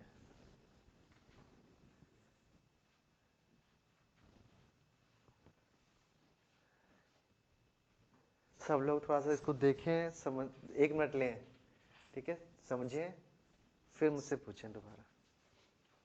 इसको देखने की कोशिश करें। मैंने आपको समझाया कि आप लोगों का सवाल ये रहेगा, हम लोग कब दिन लूज कर रहे हैं और कब दिन गेन कर रहे हैं। या और सिंपल टर्म्स में, जब मैं वेस्ट टू ईस्ट जा रहा हूं तो क्या हो रहा है, या ईस्ट टू वेस्ट जा रहा हूं इसके 180 डिग्री के, जब मैं वेस्ट टू ईस्ट जा रहा हूं तो मुझे क्या दिख रहा है, जब मैं ईस्ट टू वेस्ट जा रहा हूं तो मुझे क्या दिख रहा है। ये आप लोग देखें, फिर मैं 1 मिनट लीजिए आप लोग, ठीक है, 1 मिनट आधा मिनट लीजिए, देखिए, समझने की कोशिश करिए, फिर मैं आपसे दोबारा से, आप लोग मुझे आंसर करें या फिर मैं पूछता हूं आपसे।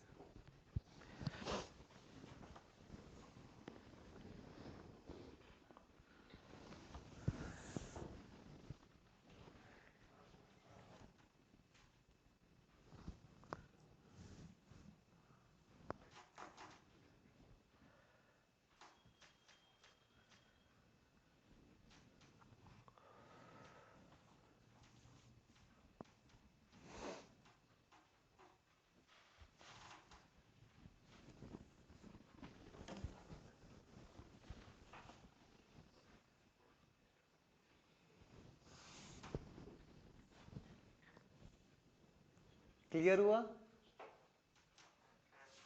सभी को? आप बताइए।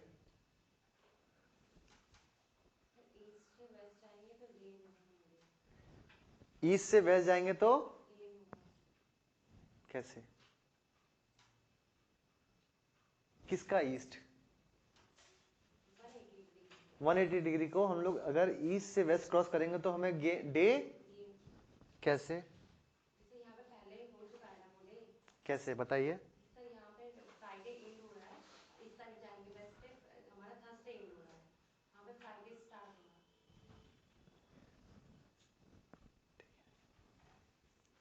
ठीक है, और बताइए, अगर मैं ईस्ट टू वेस्ट जाऊंगा तो क्या होगा?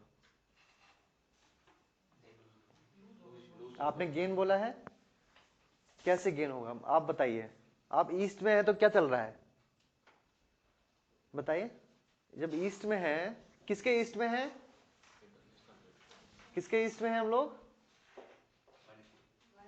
180 डिग्री के ईस्ट में खड़े हैं, तो ईस्ट में क्या चल रहा है, ईस्ट में क्या है बताइए, लिखा हुआ है ना सामने, रीड आउट करिए। फ्राइडे एंड हो रहा है, सैटरडे स्टार्ट। नहीं, वो तो ये सर ईस्ट का है ना, इधर साइड वेस्ट का है। मैंने किसका ईस्ट बोल रहा हूं मैं? 180 डिग्री ईस्ट में क्या लिखा है? 180 डिग्री लॉन्गिट्यूड के ईस्ट में क्या लिखा है? यही लिखा है। मैं इसीलिए कह रहा हूं आप लोग वेस्ट ईस्ट में कंफ्यूज हो रहे हैं। ये जो ईस्ट है ना, ये किसका वेस्ट है? इसका वेस्ट है। और जो ये हम लोगों को वेस्ट दिख रहा है, किसका ईस्ट है? आप लोग कंफ्यूज, मैं इसलिए बोल रहा हूँ, आप लोग ईस्ट वेस्ट में सब, इसलिए मैं, मुझे पता था ये कंफ्यूजन आएगा। अब दोबारा क्या बताएं? अब क्या बताएं दोबारा? पूरा देखिए, मैं लॉफ कर गया, but I am not laughing at you, ठीक है, ये है, मैं तो इन जनरल है, ठीक है, ये आप लोग देखिएगा, है, मैं मतलब कभी भी किसी पे पर्सनली नहीं कर रहा हूँ, है मैं से पूछ रहा हूँ तो मुझे हंसी इस पे आगे, मैं समझाऊँ क्या दोबारा से? मैं इसलिए क्योंकि हर क्लास में ये कन्फ्यूजन आता है, इसलिए मैं पूछ रहा हूँ यहाँ पे, मतलब कि हर क्लास में कन्फ्यूजन यही आता है, ईस्ट वेस्ट में कन्फ्यूजन आता है, इसलिए मैं लॉफ कर रहा था। अब बताइए क्या समझना है दोबारा से आपको पूरा? ठीक है, ठीक, आपका हो गया। आप मुझे बताएं ये क्या लिखा हुआ है पूरा, समझाएं। क्या वेस्ट है, क्या वेस्ट, क्या ये वेस्ट? मतलब लाइंस लिखी हुई है ना, लाइंस लिखी हुई तो उनके हिसाब से बताएंगे ना आप।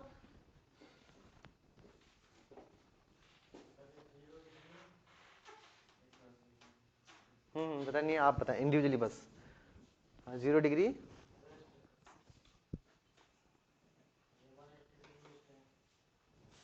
ठीक है, ये 180 डिग्री ईस्ट हो गया। फिर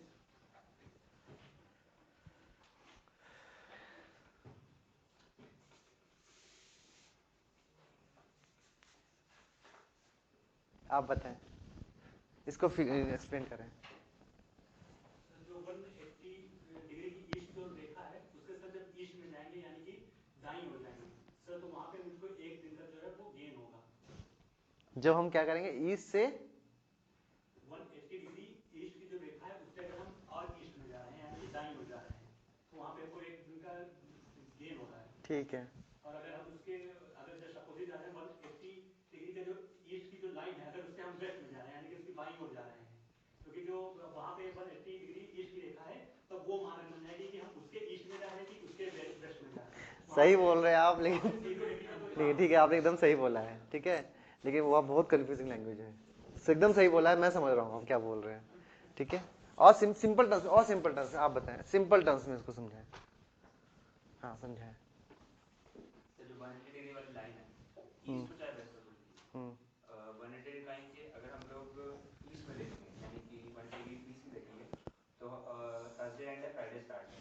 और 180 के वेस्ट में देख रहे हैं तो फ्राइडे एंड है, सैटरडे स्टार्ट है।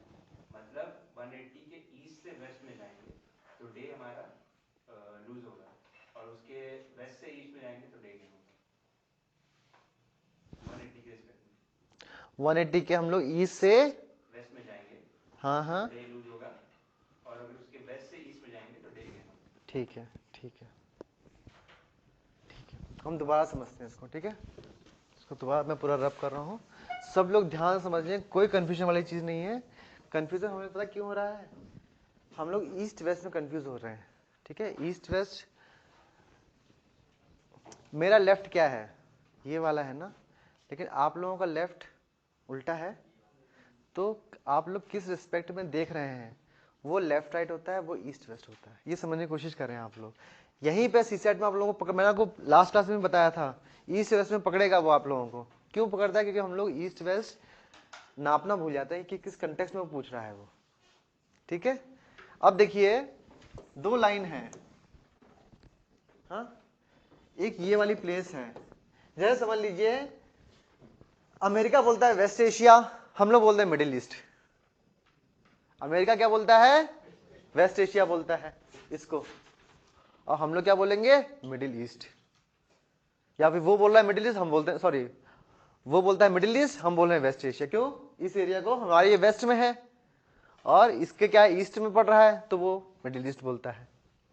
तो कौन किस जगह खड़े होकर बोल रहा है, तो वो डायरेक्शन होती है। जैसे मान लीजिए ये वाला है, ये x है, ये y है, जगह खड़े होकर बोल रहा है, तो वो डायरेक्शन होती है। जैसे मान लीजिए ये वाला है, ये x है, ये y है, ठीक है। आप मुझे बताएं, ये पॉइंट है x के किधर है, ईस्ट में है कि वेस्ट में है? ईस्ट में। सेम पॉइंट y के किस कहां पर है?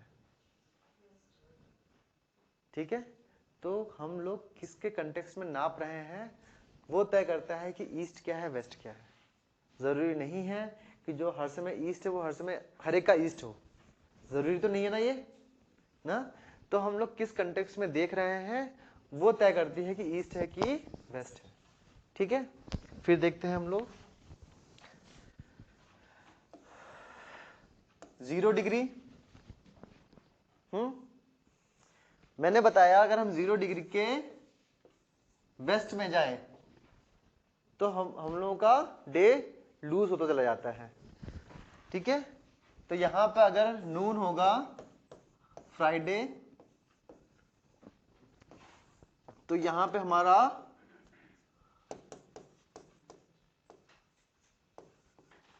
Thursday and Friday start. ठीक है, सेम इसी तरीके से यहां पर 180 डिग्री पर क्या हो रहा होगा, हम लोगों का फ्राइडे एंड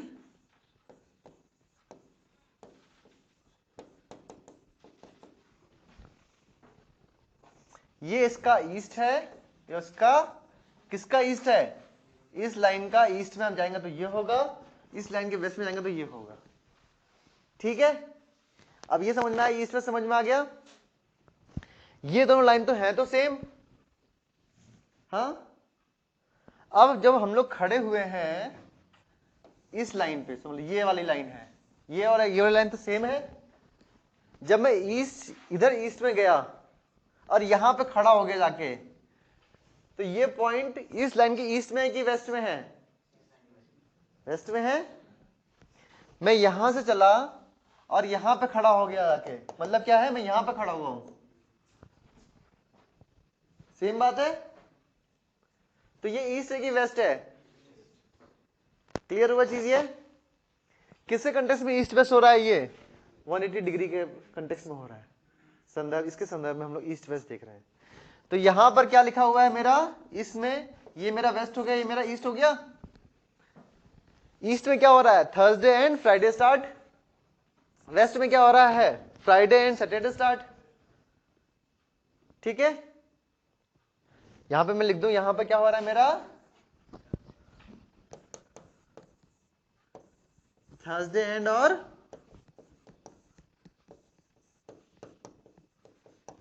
फ्राइडे स्टार्ट, ये हो रहा है हमारा। और इधर हो रहा है फ्राइडे एंड और सैटरडे स्टार्ट हो रहा है, ये चीजें हो रही हैं। मैं यहां पे खड़ा हुआ हूं, देखिए किधर खड़ा हूं मैं, ईस्ट में खड़ा हुआ हूं। मैंने लाइन क्रॉस की, मैं यहां पे आ गया, मुझे क्या दिखा, जब मैं यहां था तो मुझे क्या दिख रहा था कि मेरा थर्सडे एंड हो रहा है, फ्राइडे स्टार्ट हो रहा है। मतलब मैं फ्राइडे में जाने वाला हूं, हाँ, मुझे ये काम करने हैं।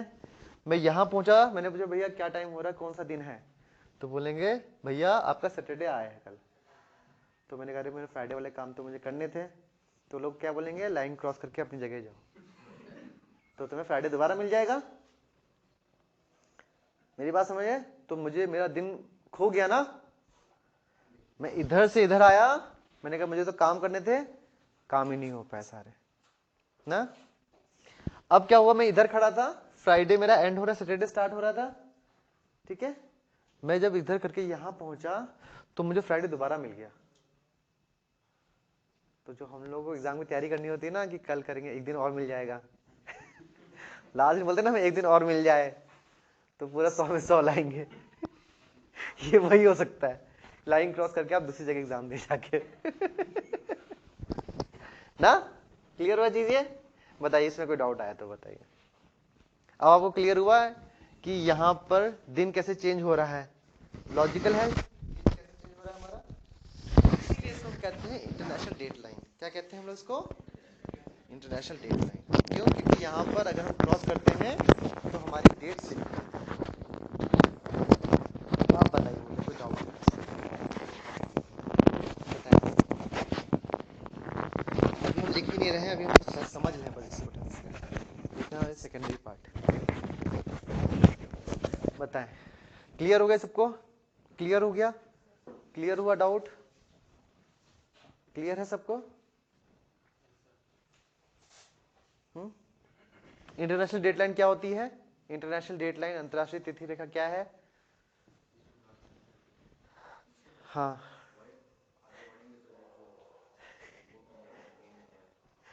इंटरनेशनल डेडलाइन है क्या, इंटरनेशनल डेडलाइन क्या है, इंटरनेशनल डेडलाइन क्या है। इंटरनेशनल डेडलाइन ऐसी इमेजिनरी लाइन है जिसके वेस्ट साइड जाने पर एक दिन हमें एक दिन हमारा लॉस हो जाता है, और जिसके साइड जाने पर एक दिन हमें गेन हो जाता है। इंटरनेशनल डेडलाइन क्या है? डेट चेंज हो जाती है, इंटरनेशनल लाइन से वेस्ट ईस्ट जाएंगे और इससे वेस्ट इंटरनेशनल डेडलाइन क्या है? दिन बदल जाता है। इंटरनेशनल डेडलाइन क्या है? 180 डिग्री लॉन्गिट्यूड। हमें बताना तो पड़ेगा ना, लॉन्गिट्यूड का नाम तो लेना पड़ेगा ना हमको। मेरी बात समझने की कोशिश करिए, हम लोग यहीं पे मेंस में यहीं पे नंबर कमाते हैं हम लोगों के। आप सब बता रहे हैं दिन चेंज हो रहा है, ऐसे दिन चेंज हो रहा है, कहाँ पे चेंज हो रहा है? आप बोले इंटरनेशनल डेडलाइन, मैं तो वही तो पूछ रहा हूँ क्या है इंटरनेशनल डेडलाइन। पहला तो ये होना चाहिए ना 180 डिग्री देशांतर, ईस्ट या वेस्ट, तो 180 डिग्री लॉन्गिट्यूड को हम लोग इंटरनेशनल डेडलाइन कहते हैं। क्यों कहते हैं? क्योंकि इसको अगर हम पार करते हैं, क्रॉस करते हैं, तो हमारा दिन चेंज हो जाता है। कैसे चेंज होता है? अगर हम ईस्ट टू वेस्ट जाएंगे तो ऐसा होगा, वेस्ट टू ईस्ट जाएंगे तो हमारा ऐसा होगा। सिंपल है, 3 सेंटेंस में हम लोगों का आंसर पूरा हो गया। 180 डिग्री दिन चेंज हो जाता है और कैसे चेंज होता है, बस हम लोग का आंसर पूरा हो गया। ठीक है, ये आप लोगों को पेपर 1 में कभी ना कभी मिल जाएगा, इंटरनेशनल डेडलाइन क्या है। जो आप लोगों के 12 क्वेश्चन आएंगे उसमें से बहुत इजी क्वेश्चन है, लेकिन यहाँ पे हम लोग फंबल कर जाएंगे। मेंस में नंबर हम लोग के यहीं पे कम कटते हैं। हम लोग बोलते हैं हम लोग लिख के तो सब कुछ आए हैं ना, हमें पता भी था, लेकिन हम लोग को जो सब कुछ हमको पता है ना, वो हम लोग पुटअप करते ही नहीं है। मैंने आपको हर समय बोला है, हम लोग का सिलेक्शन इसलिए नहीं रुकेगा कि हमें ये चीज़ नहीं आती। हम लोग का सिलेक्शन इसलिए रुकेगा कि हमें जो चीज़ आती है उसको हम ढंग से नहीं कर पाए, या पीटी में, मेंस में या इंटरव्यू में जो हमें चीज़ें आती हैं उसको हम ढंग से पुटअप नहीं कर पाए, तभी हमारा सिलेक्शन रुकता है। ठीक है, हाँ, अब समझ में आएगा इंटरनेशनल डेडलाइन क्या होती है। 180 डिग्री लॉन्गिट्यूड को हम कहते हैं। अब पूरा क्लियर हुआ हमें लॉन्गिट्यूड्स क्या होते हैं। हाँ, सारे लॉन्गिट्यूड्स हमारे काटते हैं, बराबर भागों में बांटते हैं अर्थ को। तय करना मुश्किल हो रहा था, तो सारे साइंटिस्ट बैठे, हाँ, और उन्होंने कुछ डिसीजन लिया कि 0 डिग्री जो ग्रीनविच से लाइन गुजरेगी उसको हम 0 डिग्री लॉन्गिट्यूड कहेंगे या ग्रीनविच लाइन कहेंगे। अब इसको ग्रीनविच को ही क्यों माना गया? पहले तो पॉलिटिकल रीजन मैंने बताया आप लोगों को। ज्योग्राफिकल रीजन इसका ये है कि अगर देखिए ये लाइन ना यहां से गुजर रही हो, ठीक है, हाँ, मैं आप लोगों को नोटिस आ जाए कि सैटरडे में आए आप लोग, तो आप लोग तो आए, तो आप लोगों को कभी किसी को फ्राइडे मिल रहा है, किसी को थर्सडे मिल रहा है, कंफ्यूजन हो जाएगा। अगर ये लाइन कोई पॉपुलेटेड एरिया से निकल रही हो, यहां से निकल रही हो, तो पूरा कंफ्यूजन हो जाएगा। ये लाइन इसलिए चुनी गई 0 डिग्री, इसलिए चुना गया क्योंकि इसके ठीक पीछे समुद्र है। इसके ठीक पीछे क्या है? समुद्र है।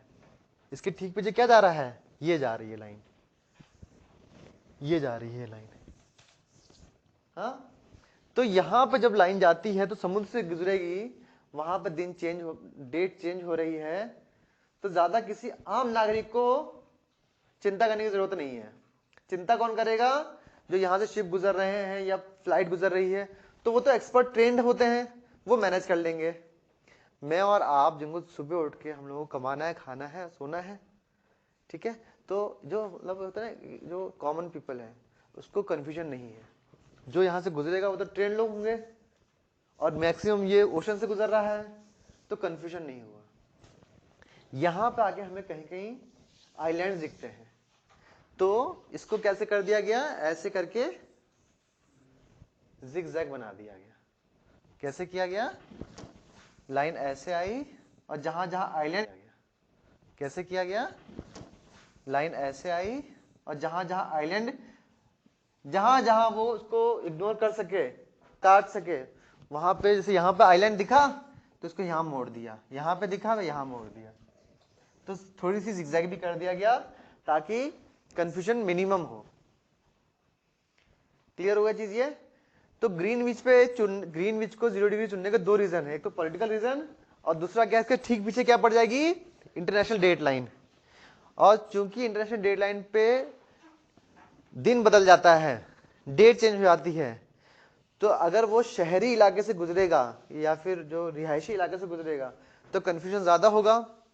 अगर यही लाइन होगा समुद्र से गुजार दें तो कंफ्यूजन कम हो जाएगा। ग्रीनविच के ठीक उल्टा समुद्र है, तो अगर वहां से गुजार देंगे तो हमारा कंफ्यूजन एकदम मिनिमम हो जाएगा।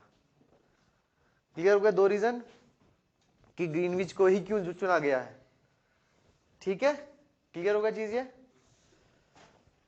ठीक है, और देखते हैं हम लोग। लैट समझ में आ गया, अक्षांश समझ में आ गया, लॉन्गिट्यूड समझ में आ गया, देशांतर समझ में आ गया। क्लियर होगा चीज ये? हम लोग एक चीज और समझते हैं, ये तो हमारा हमने पढ़ा लॉन्गिट्यूड में। लैटिट्यूड में हम लोग एक चीज समझते हैं,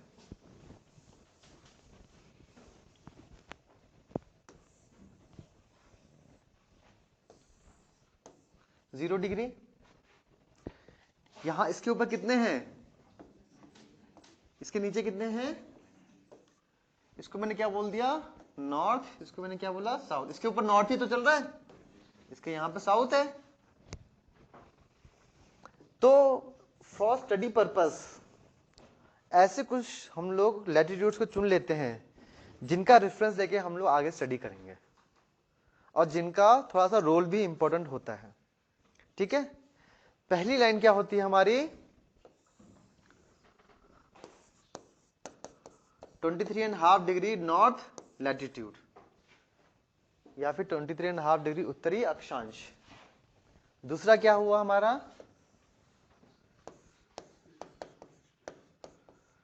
66.5 डिग्री उत्तरी अक्षांश। तीसरा क्या हुआ? 90 डिग्री नॉर्थ लैटिट्यूड। फिर यहां पे सेम इसी तरीके से हम लोगों का हो गया 23.5 degree south latitude, 66.5 degree south latitude, 90 degree south latitude. ठीक है, क्लियर होगा चीजें? इसको मैंने क्या बोला था? या फिर भूमध्य रेखा या फिर विषुवत रेखा। भूमध्य रेखा या फिर विषुवत रेखा लिखा। इसको मैंने क्या बोला? Tropic of Cancer. क्या बोला मैंने? या फिर हिंदी में कर्क रेखा। ठीक है, इसको मैंने बोला विषुवत रेखा या भूमध्य रेखा। इसको मैंने बोला ट्रॉपिक ऑफ कैंसर या फिर कर्क रेखा। इसको मैंने बोला ट्रॉपिक ऑफ कैप्रिकॉर्न या फिर मकर रेखा। इसको मैंने बोला आर्कटिक सर्किल, इसको मैंने बोला अंटार्कटिक सर्किल। ठीक है, ये बोला मैंने नॉर्थ पोल उत्तरी ध्रुव, इसको मैंने बोला साउथ पोल दक्षिणी ध्रुव। मेन पॉइंट समझ में आ गया हम लोगों को? क्लियर हुआ चीज ये?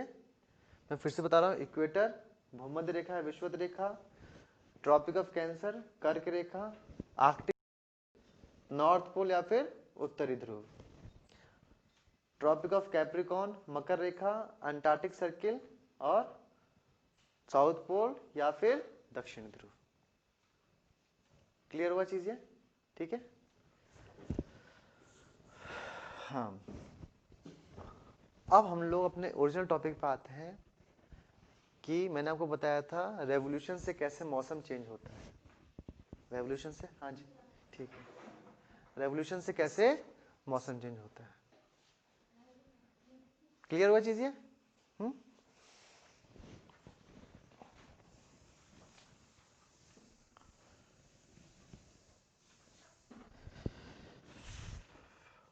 बताइए, अभी तक हमने कुछ समझा है तो कोई डाउट है किसी में कोई क्लैरिटी में कुछ कंफ्यूज, कोई बात है, कोई डाउट है अभी तक? बताइए। समझने में, लिखने, देखिए लिख तो हम इसको लिख भी लेंगे हम लोग, इसमें कोई इशू नहीं है।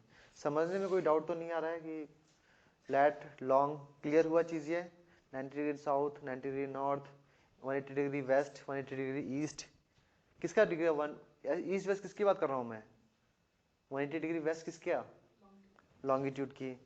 Greenwich line, international date line, किस तरीके से दिन चेंज हो रहा है।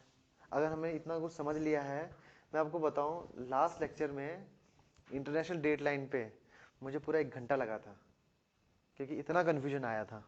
इस बार अगर हम लोगों को वो सारी चीज़ें क्लियर हो गई हैं तो मतलब I think it is a very great accomplishment कि लास्ट क्लास में, मतलब मैं ये आपको तीसरी चौथी बार पढ़ा रहा हूँ मैं यहाँ पे। लास्ट फर्स्ट बार नहीं, बीच बार नहीं, एक बार 1 घंटा लग गया था। लोग कंफ्यूज ही हो गए थे कि है क्या चीज़। आपको तो कोई कंफ्यूजन नहीं हो रहा है इंटरनेशनल डेट लाइन को? ईस्ट वेस्ट समझ में आ गया है पूरा, कैसे दिन चेंज हो रहे हैं समझ में आ गया, इक्वेटर समझ में आ गया, विषुवत रेखा, भूमध्य रेखा समझ में आ गई, कर्क रेखा समझ में आया। बट कर्क रेखा क्या है? नॉर्थ से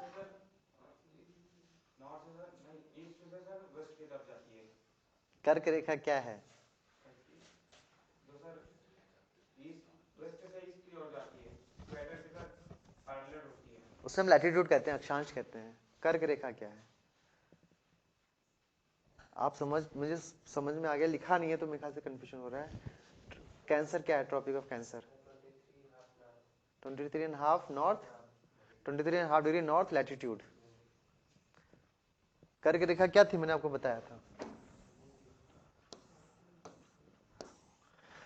23.5 डिग्री नॉर्थ लैटिट्यूड। मकर रेखा क्या है बताएं? 23 साउथ क्या? 23.5 डिग्री साउथ लैटिट्यूड या अक्षांश। पूरा बोलें, पूरा बोलें, पूरा लिखें। 23.5 डिग्री साउथ लैटिट्यूड या 23.5 डिग्री दक्षिणी अक्षांश। पूरा बोलेंगे तभी वहां पे लिखेंगे। ठीक है, क्लियर हो गया? नॉर्थ पोल साउथ पोल क्या है?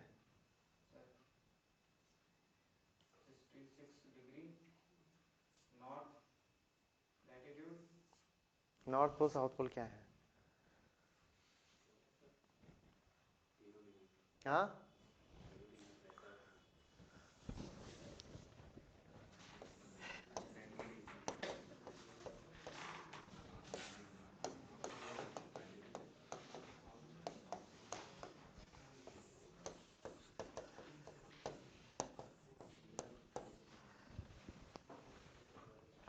सबको एक्सप्लेन करें, बताएं क्या क्या है। 90 डिग्री नॉर्थ, जीरो से शुरू करें। 0 डिग्री इक्वेटर लाइन, ठीक है, और 23.5 degree north latitude is the Tropic of Cancer, 66.5 degree north Arctic line, Arctic circle, हाँ आर्कटिक लाइन, ठीक है and 90 degree north latitude north pole. ठीक है। वैसे नीचे बताएं। 23.5 degree south latitude Tropic of Cancer, ठीक है, कैप्रिकॉर्न, ठीक है, 66.5 degree south latitude Antarctic circle, ठीक है, 90 डिग्री साउथ ठीक है। ये जो हमने पढ़ा है ये क्लास 7th में या 6th में लिखा हुआ है एनसीईआरटीज़ में। ठीक है, तो आप लोग एनसीईआरटी की सारी किताबें लें, ज्योग्राफी की स्पेशली आप ज्योग्राफी की सारी बुक्स लें। 6 to 12th क्या, एटलीस्ट 6 to 11th लें, 12th में ना लें, 6 to 11th लें, या 12th भी ले रहे हैं तो उसमें आपका पार्ट पेपर 2 मतलब पूरा इंडियन ज्योग्राफी हो जाएगा। तो वो आप 6 से 12th छोटी छोटी किताबें हैं, और हम लोग इस लेवल पे आ गए हैं कि एक दिन में हम लोग एक किताब ख़त्म कर सकते हैं। छोटी छोटी किताबें हैं, बड़े बड़े फॉन्ट हैं उसके, तो बहुत जल्दी कवर होगी वो, तो आप उसको पढ़ें। जो हम लोग आज पढ़ रहे हैं ना ये है, ये क्लास 6 में लिखा हुआ है और बहुत क्लियर तरीके से है। तो जब तक हम लोग ये सब क्लियर नहीं होगा हम लोग आगे हम लोग को नहीं समझ में आएगा। तो रेफरेंस मटेरियल जो आप लोगों का अवेलेबल है वो तो है ही। एनसीईआरटी की सारी बुक्स आप लोग परचेस करें ज्योग्राफी की, 6ठी क्लास से पढ़ना शुरू करें आप लोग। बहुत हल्के हल्के लैंग्वेज में दिया हुआ है, जो 6ठी में दिया है वही 7वीं में रिपीट है, जो 7वीं में दिया उसका कुछ पार्ट 8वीं में रिपीट है। ऐसे करके आप लोगों का रिवीजन भी हो जाएगा और आपको क्लैरिटी भी रहेगी। तो आप लोग कल पक्का परचेस करें सारी एनसीईआरटीज़ और उनको रीड आउट करना शुरू करें। ठीक है, वहीं से आपका बेस मजबूत होगा, आगे जाके कॉन्सेप्ट्स क्लियर होंगे आपके। हाँ ठीक है, ये क्लियर हुआ चीज़ ये। अब देखिए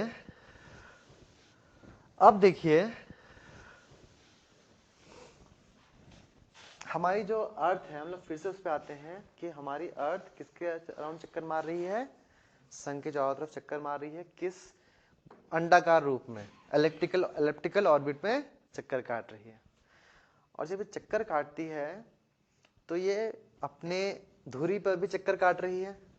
हाँ, और ये जब चक्कर काटती है धुरी पे तो वो लट्टू तो सीधे सीधे होता है, हमारी अर्थ है वो लट्टू की तरह तो चक्कर काटती है लेकिन थोड़ी टेढ़ी है, ऐसे चक्कर काट रही है। लट्टू कैसे चक्कर काटता है? ऐसे ऐसे। हमारी अर्थ कैसे चक्कर काट रही है? ऐसे ऐसे जा रही है। तो जो हमारे अर्थ की एक्सिस है वो कितना झुकी हुई है? 23.5 डिग्री बस। किससे? इस लाइन से, वर्टिकल लाइन से 23 डिग्री पर झुककर वो चक्कर काटती है। ठीक है, ये क्लियर हुआ चीज? ये हमारा सन है, ये हमारी अर्थ है। ठीक है,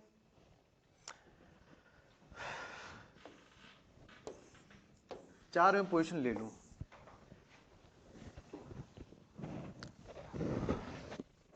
इक्कीस जून तो निकली है अभी, हाँ ठीक है, मतलब दिसंबर में आने वाला है। जून को, 21 जून को जो हमारी अर्थ है, हाँ ठीक है, मतलब क्या उस दिन सबसे बड़ा होता है। 21 जून को दिन क्या होता है? सबसे बड़ा होता है। हाँ, अब दिसंबर आ रहा है, अब आप लोग क्या देख रहे हैं? दिन छोटा होता चला जाता है। तो इसको हम लोग इस लाइन रुकिए और दूसरे समय समझते हैं। ये हमारी अर्थ है, 0 डिग्री, 23.5 डिग्री, 23.5 डिग्री साउथ, ये नॉर्थ है। हम लोगों को क्या दिखता है कि हमारा सन मूव कर रहा है, लेकिन एक्चुअल में अर्थ मूव करती है। दिखता क्या है? सन मूव कर रहा है। हाँ ठीक है, तो मैं डायग्राम बना रहा हूं कि हमारा सन कैसे मूव करता है, लेकिन एक्चुअल में हमारी अर्थ घूम रही है, तो हमें दिखता है कि हमारा सन मूव कर रहा है। क्लियर हुआ चीज? ये शुरुआत में करता हूं, मैंने 21 जून बोला है तो 21 जून से ही शुरुआत करता हूं। 21 जून को हमारा सन कहां पे होता है? इक्वेटर पे लिखा है मैंने क्या? कैंसर पे होता है। 21 जून पर सन कहां पे होता है? ट्रॉपिक ऑफ कैंसर पे होता है। जहां पर सन होगा दिन वहीं पे बड़ा होगा। तो हम लोग कहां, इंडिया कहां पर है? इक्वेटर के ऊपर है। ट्रॉपिक ऑफ कैंसर यहां से गुजर रहा है। आप लोग देख लीजिएगा, ट्रॉपिक ऑफ कैंसर इंडिया के कौन से स्टेट से गुजरता है, क्वेश्चन पूछ लेगा आप लोगों से। ठीक है, यहां से गुजर रहा है। तो 21 जून को सन हमारे बीच में, हमारे इंडिया के बीच में है, तो हम लोगों को सबसे बड़ा दिन दिखता है। मतलब क्या है? नॉर्थ हेमिस्फीयर में दिन बड़ा होगा, रात छोटी होगी। क्लियर होगा चीज? ये मैं ये भी बोल सकता हूं 21 जून में साउथ हेमिस्फीयर में दिन छोटा होगा, रात बड़ी होगी। बताइए, 21 जून में हम लोग इंडिया में नॉर्थ पोल में कि साउथ पोल में है? नॉर्थ पोल में, मतलब नॉर्थ हेमिस्फीयर में, सॉरी ना, उत्तरी गोलार्ध में है। तो 21 जून को यहां पर हमें क्या दिखता है? दिन बड़ा, रात छोटी दिखती है ना। दिन ऑलमोस्ट हमारा 7:30 तक जाता है और सुबह अराउंड 4:30 पौने 5 बजे दिन शुरू हो जाता है। यही तो होता है। आजकल क्या हो रहा है? 5 बजे रात हो जाती है, शाम हो जाती है, और सुबह 6 बजे तक जा रही है, 5:30 बजे तक रात जा रही है। तो रात बढ़ती चली जाएगी और दिन छोटा होता चला जाएगा। 21 जून को क्या हो रहा है? दिन बड़ा, रात छोटी। कहां पर? नॉर्थ पोल में। ठीक इसी समय साउथ पोल में क्या हो रहा होगा? ठीक है, मैं दोनों चीज बोल रहा हूं, कंफ्यूजिंग चीज है, लेकिन ये हम लोग बोल के चलेंगे तो आगे समझ में आएगा हम लोगों को। ये क्लियर हुआ? ठीक है, फिर आगे बढ़े हम लोग, तो जैसे जैसे हम लोग साल के आगे बढ़ते चले जाएंगे, सूरज कहां जाएगा? सदर्न हेमिस्फीयर से पहले इक्वेटर पे तो पहुंचेगा, पहले इक्वेटर पे पहुंचेगा ना, फिर नीचे जाएगा ना। जब इक्वेटर पे पहुंचा, हाँ, तो वो टाइम होता है अराउंड 23 सितंबर। तो इस समय जब सन हमारा इक्वेटर पे होगा, तो ना सन यहां पर है ना यहां पर है, सन हमारा है इक्वेटर पे।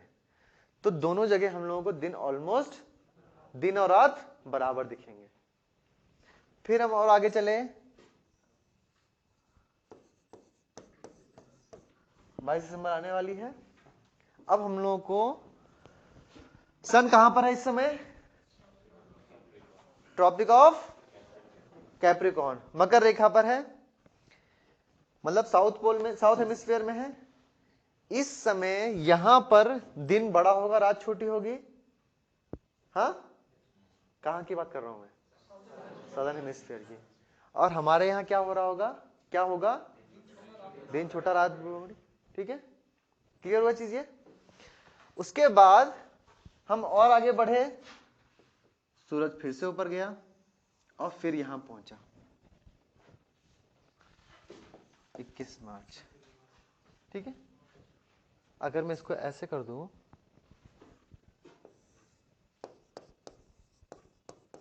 साइकिल सही लगेगी हम लोगों को? इक्वेटर से शुरू किया हम लोगों ने, 21 मार्च को दिन और रात बराबर। फिर हम आगे बढ़े, 21 जून को सन कहां पहुंचा? Tropic of. तो इस समय दिन कहां पे बड़ा होगा, कहां छोटा होगा? और रात कैसी होगी? और इसी समय कहां पे दिन छोटा होगा, कहां बड़ा होगा? समय में दिन हमारा छोटा होगा, रात हमारी। और हम लोग साल में आगे बढ़े, 23 सितंबर पहुंचे। इस समय सूरज कहां पर है? इक्वेटर पे है, दिन और रात बराबर। फिर और नीचे गया सन हमारा, मतलब साल के और आगे बढ़े तो इक्वेटर सन हमारा और नीचे गया, कहां पहुंचा?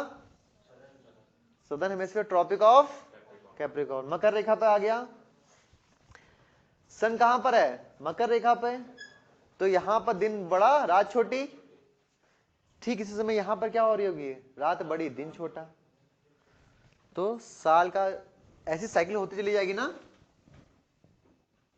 ठीक है, तो मैंने इससे कंटेक्स्ट में आपको बताया है कि साल के अलग अलग हिस्सों में हमारा अर्थ रोटेट कर रही है और टिल्ट एक्सिस में रोटेट करती है। हाँ, तो झुकी हुई रहती है और वो मतलब सन के चारों तरफ रिवॉल्व करती है, सॉरी सन के चारों तरफ रिवॉल्व कर रही है। और रोटेट कैसे करती है? टिल्टेड एक्सिस पे रोटेट करती है, जिसकी वजह से अगर वो ऐसे रोटेट कर रही होती ना तो सन हमारा हर समय कहां रहता? इक्वेटर पे ही रहता।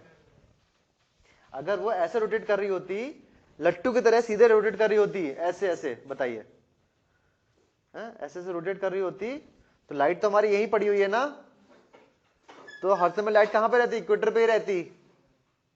तो बस यहीं पे हम लोग जिंदगी होती, बाकी कहीं पे। और यहाँ पे इतनी ज्यादा लाइट होती कि यहाँ पर गर्मी की वजह से भी लाइट जिंदगी नहीं हो पाती। मौसम क्यों चेंज हो रहा है हम लोगों का, या फिर हम लोगों का दिन और रात छोटे बड़े कैसे हो रहे हैं? दिन और रात छोटे बड़े कैसे हो रहे हैं?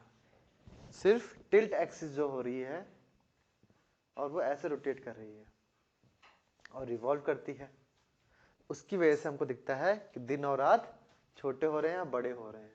और हमारी सर्दी आ रही है, गर्मियां आ रही हैं। यहाँ पे गर्मियां होती हैं हमारी, यहाँ पे सर्दियां होती हैं। यहाँ पे हमारा टेम्परेचर नॉर्मल रहता है।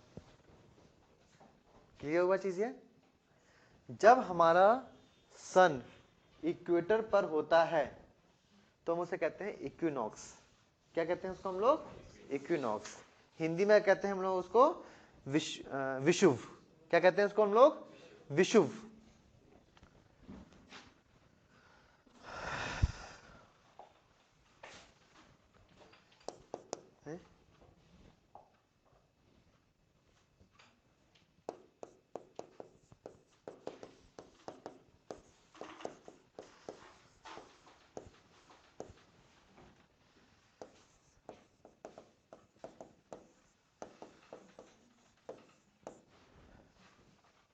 और जब हमारा सन या तो बस लिखिए ट्रॉपिक्स पे हो, ट्रॉपिक ऑफ कैंसर हो या ट्रॉपिक ऑफ कैप्रिकॉर्न, कर्क रेखा हो या मकर रेखा हो, तो उसे हम कहते हैं सॉलिस्टिस। क्या कहते हैं?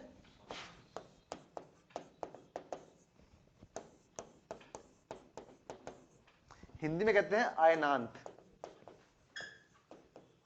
क्या कहते हैं? अयनांत। ठीक है,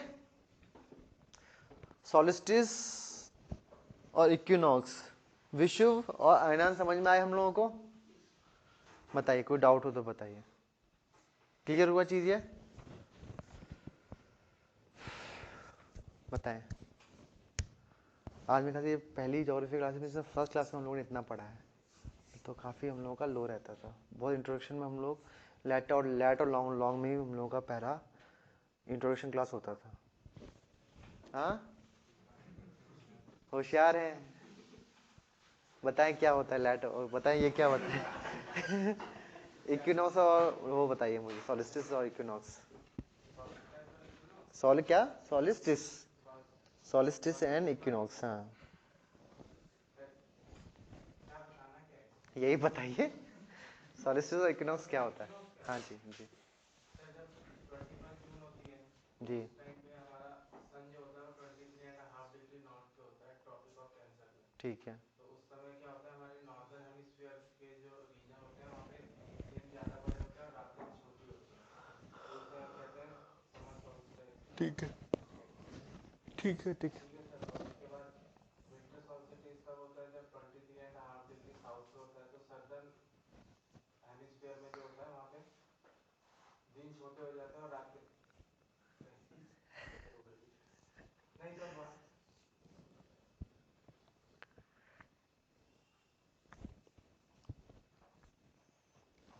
रातें बड़ी हो जाती है ना। कहाँ पे रातें बड़ी हो जाती है? सदर्न हेमिस्फीयर में 23.5 डिग्री साउथ पे जब होता है। आप विंटर सॉलिस्टिस बता रहे हैं मुझे, क्या होता है विंटर सॉलिस्टिस? तो जब 23.5 डिग्री ट्रॉपिक ऑफ कैप्रिकॉर्न में होता है सर, उस पे क्या होगा फिर? सदर्न हेमिस्फीयर में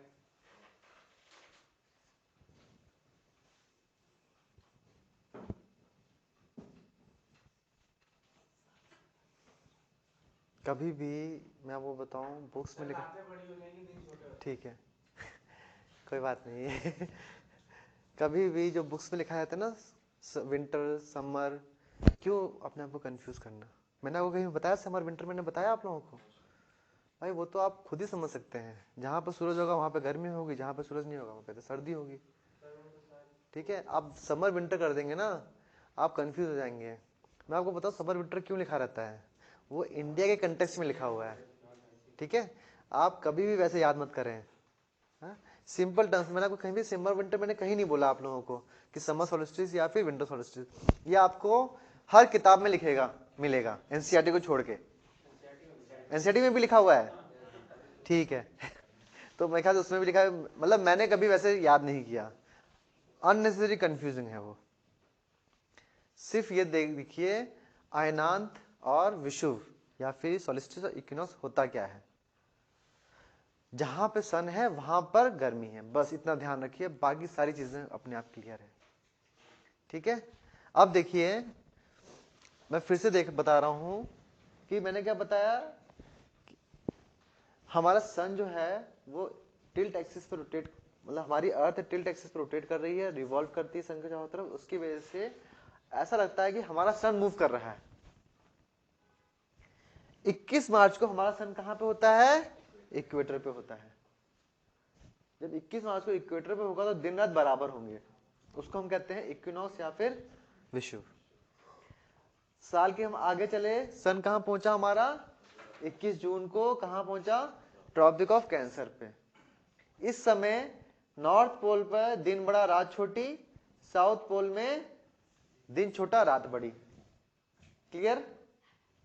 हम और आगे बढ़े, इक्विनॉक्स पे दोबारा पहुंच गए हम लोग, कब? 23 सितंबर में। दिन रात हमारे दोनों बराबर 12 घंटे के हो गए ऑलमोस्ट। फिर हम और कैलेंडर में आगे बढ़े, 21 दिसंबर को सन कहां पहुंचा? ट्रॉपिक ऑफ कैप्रिकॉर्न पे। जब ट्रॉपिक ऑफ कैप्रिकॉर्न पे पहुंच गया तो सन हमारा कहां पर? ट्रॉपिक ऑफ कैप्रिकॉर्न पे, मतलब ऑस्ट्रेलिया।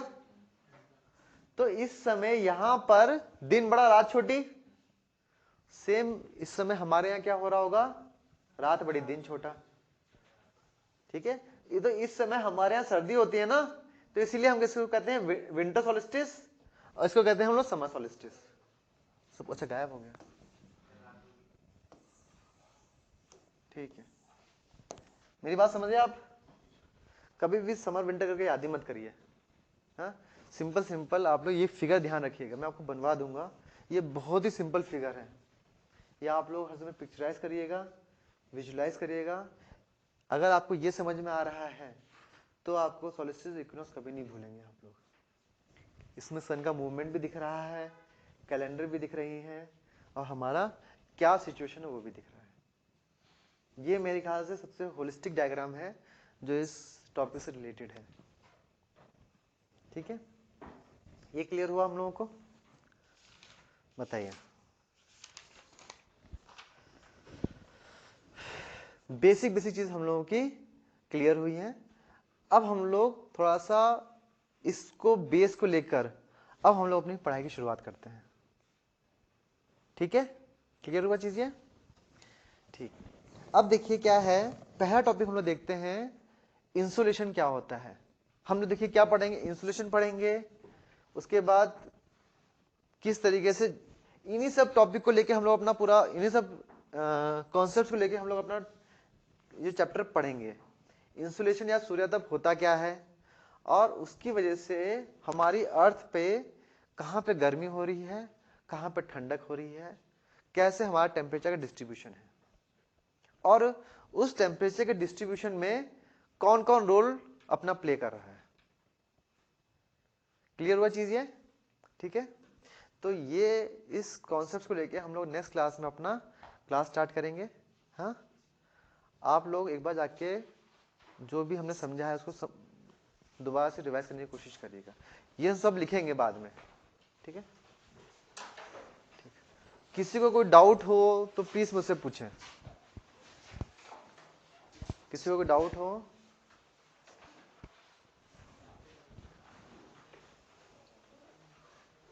ठीक है, यहाँ पे हम लोग क्लास अपनी कंक्लूड करते हैं।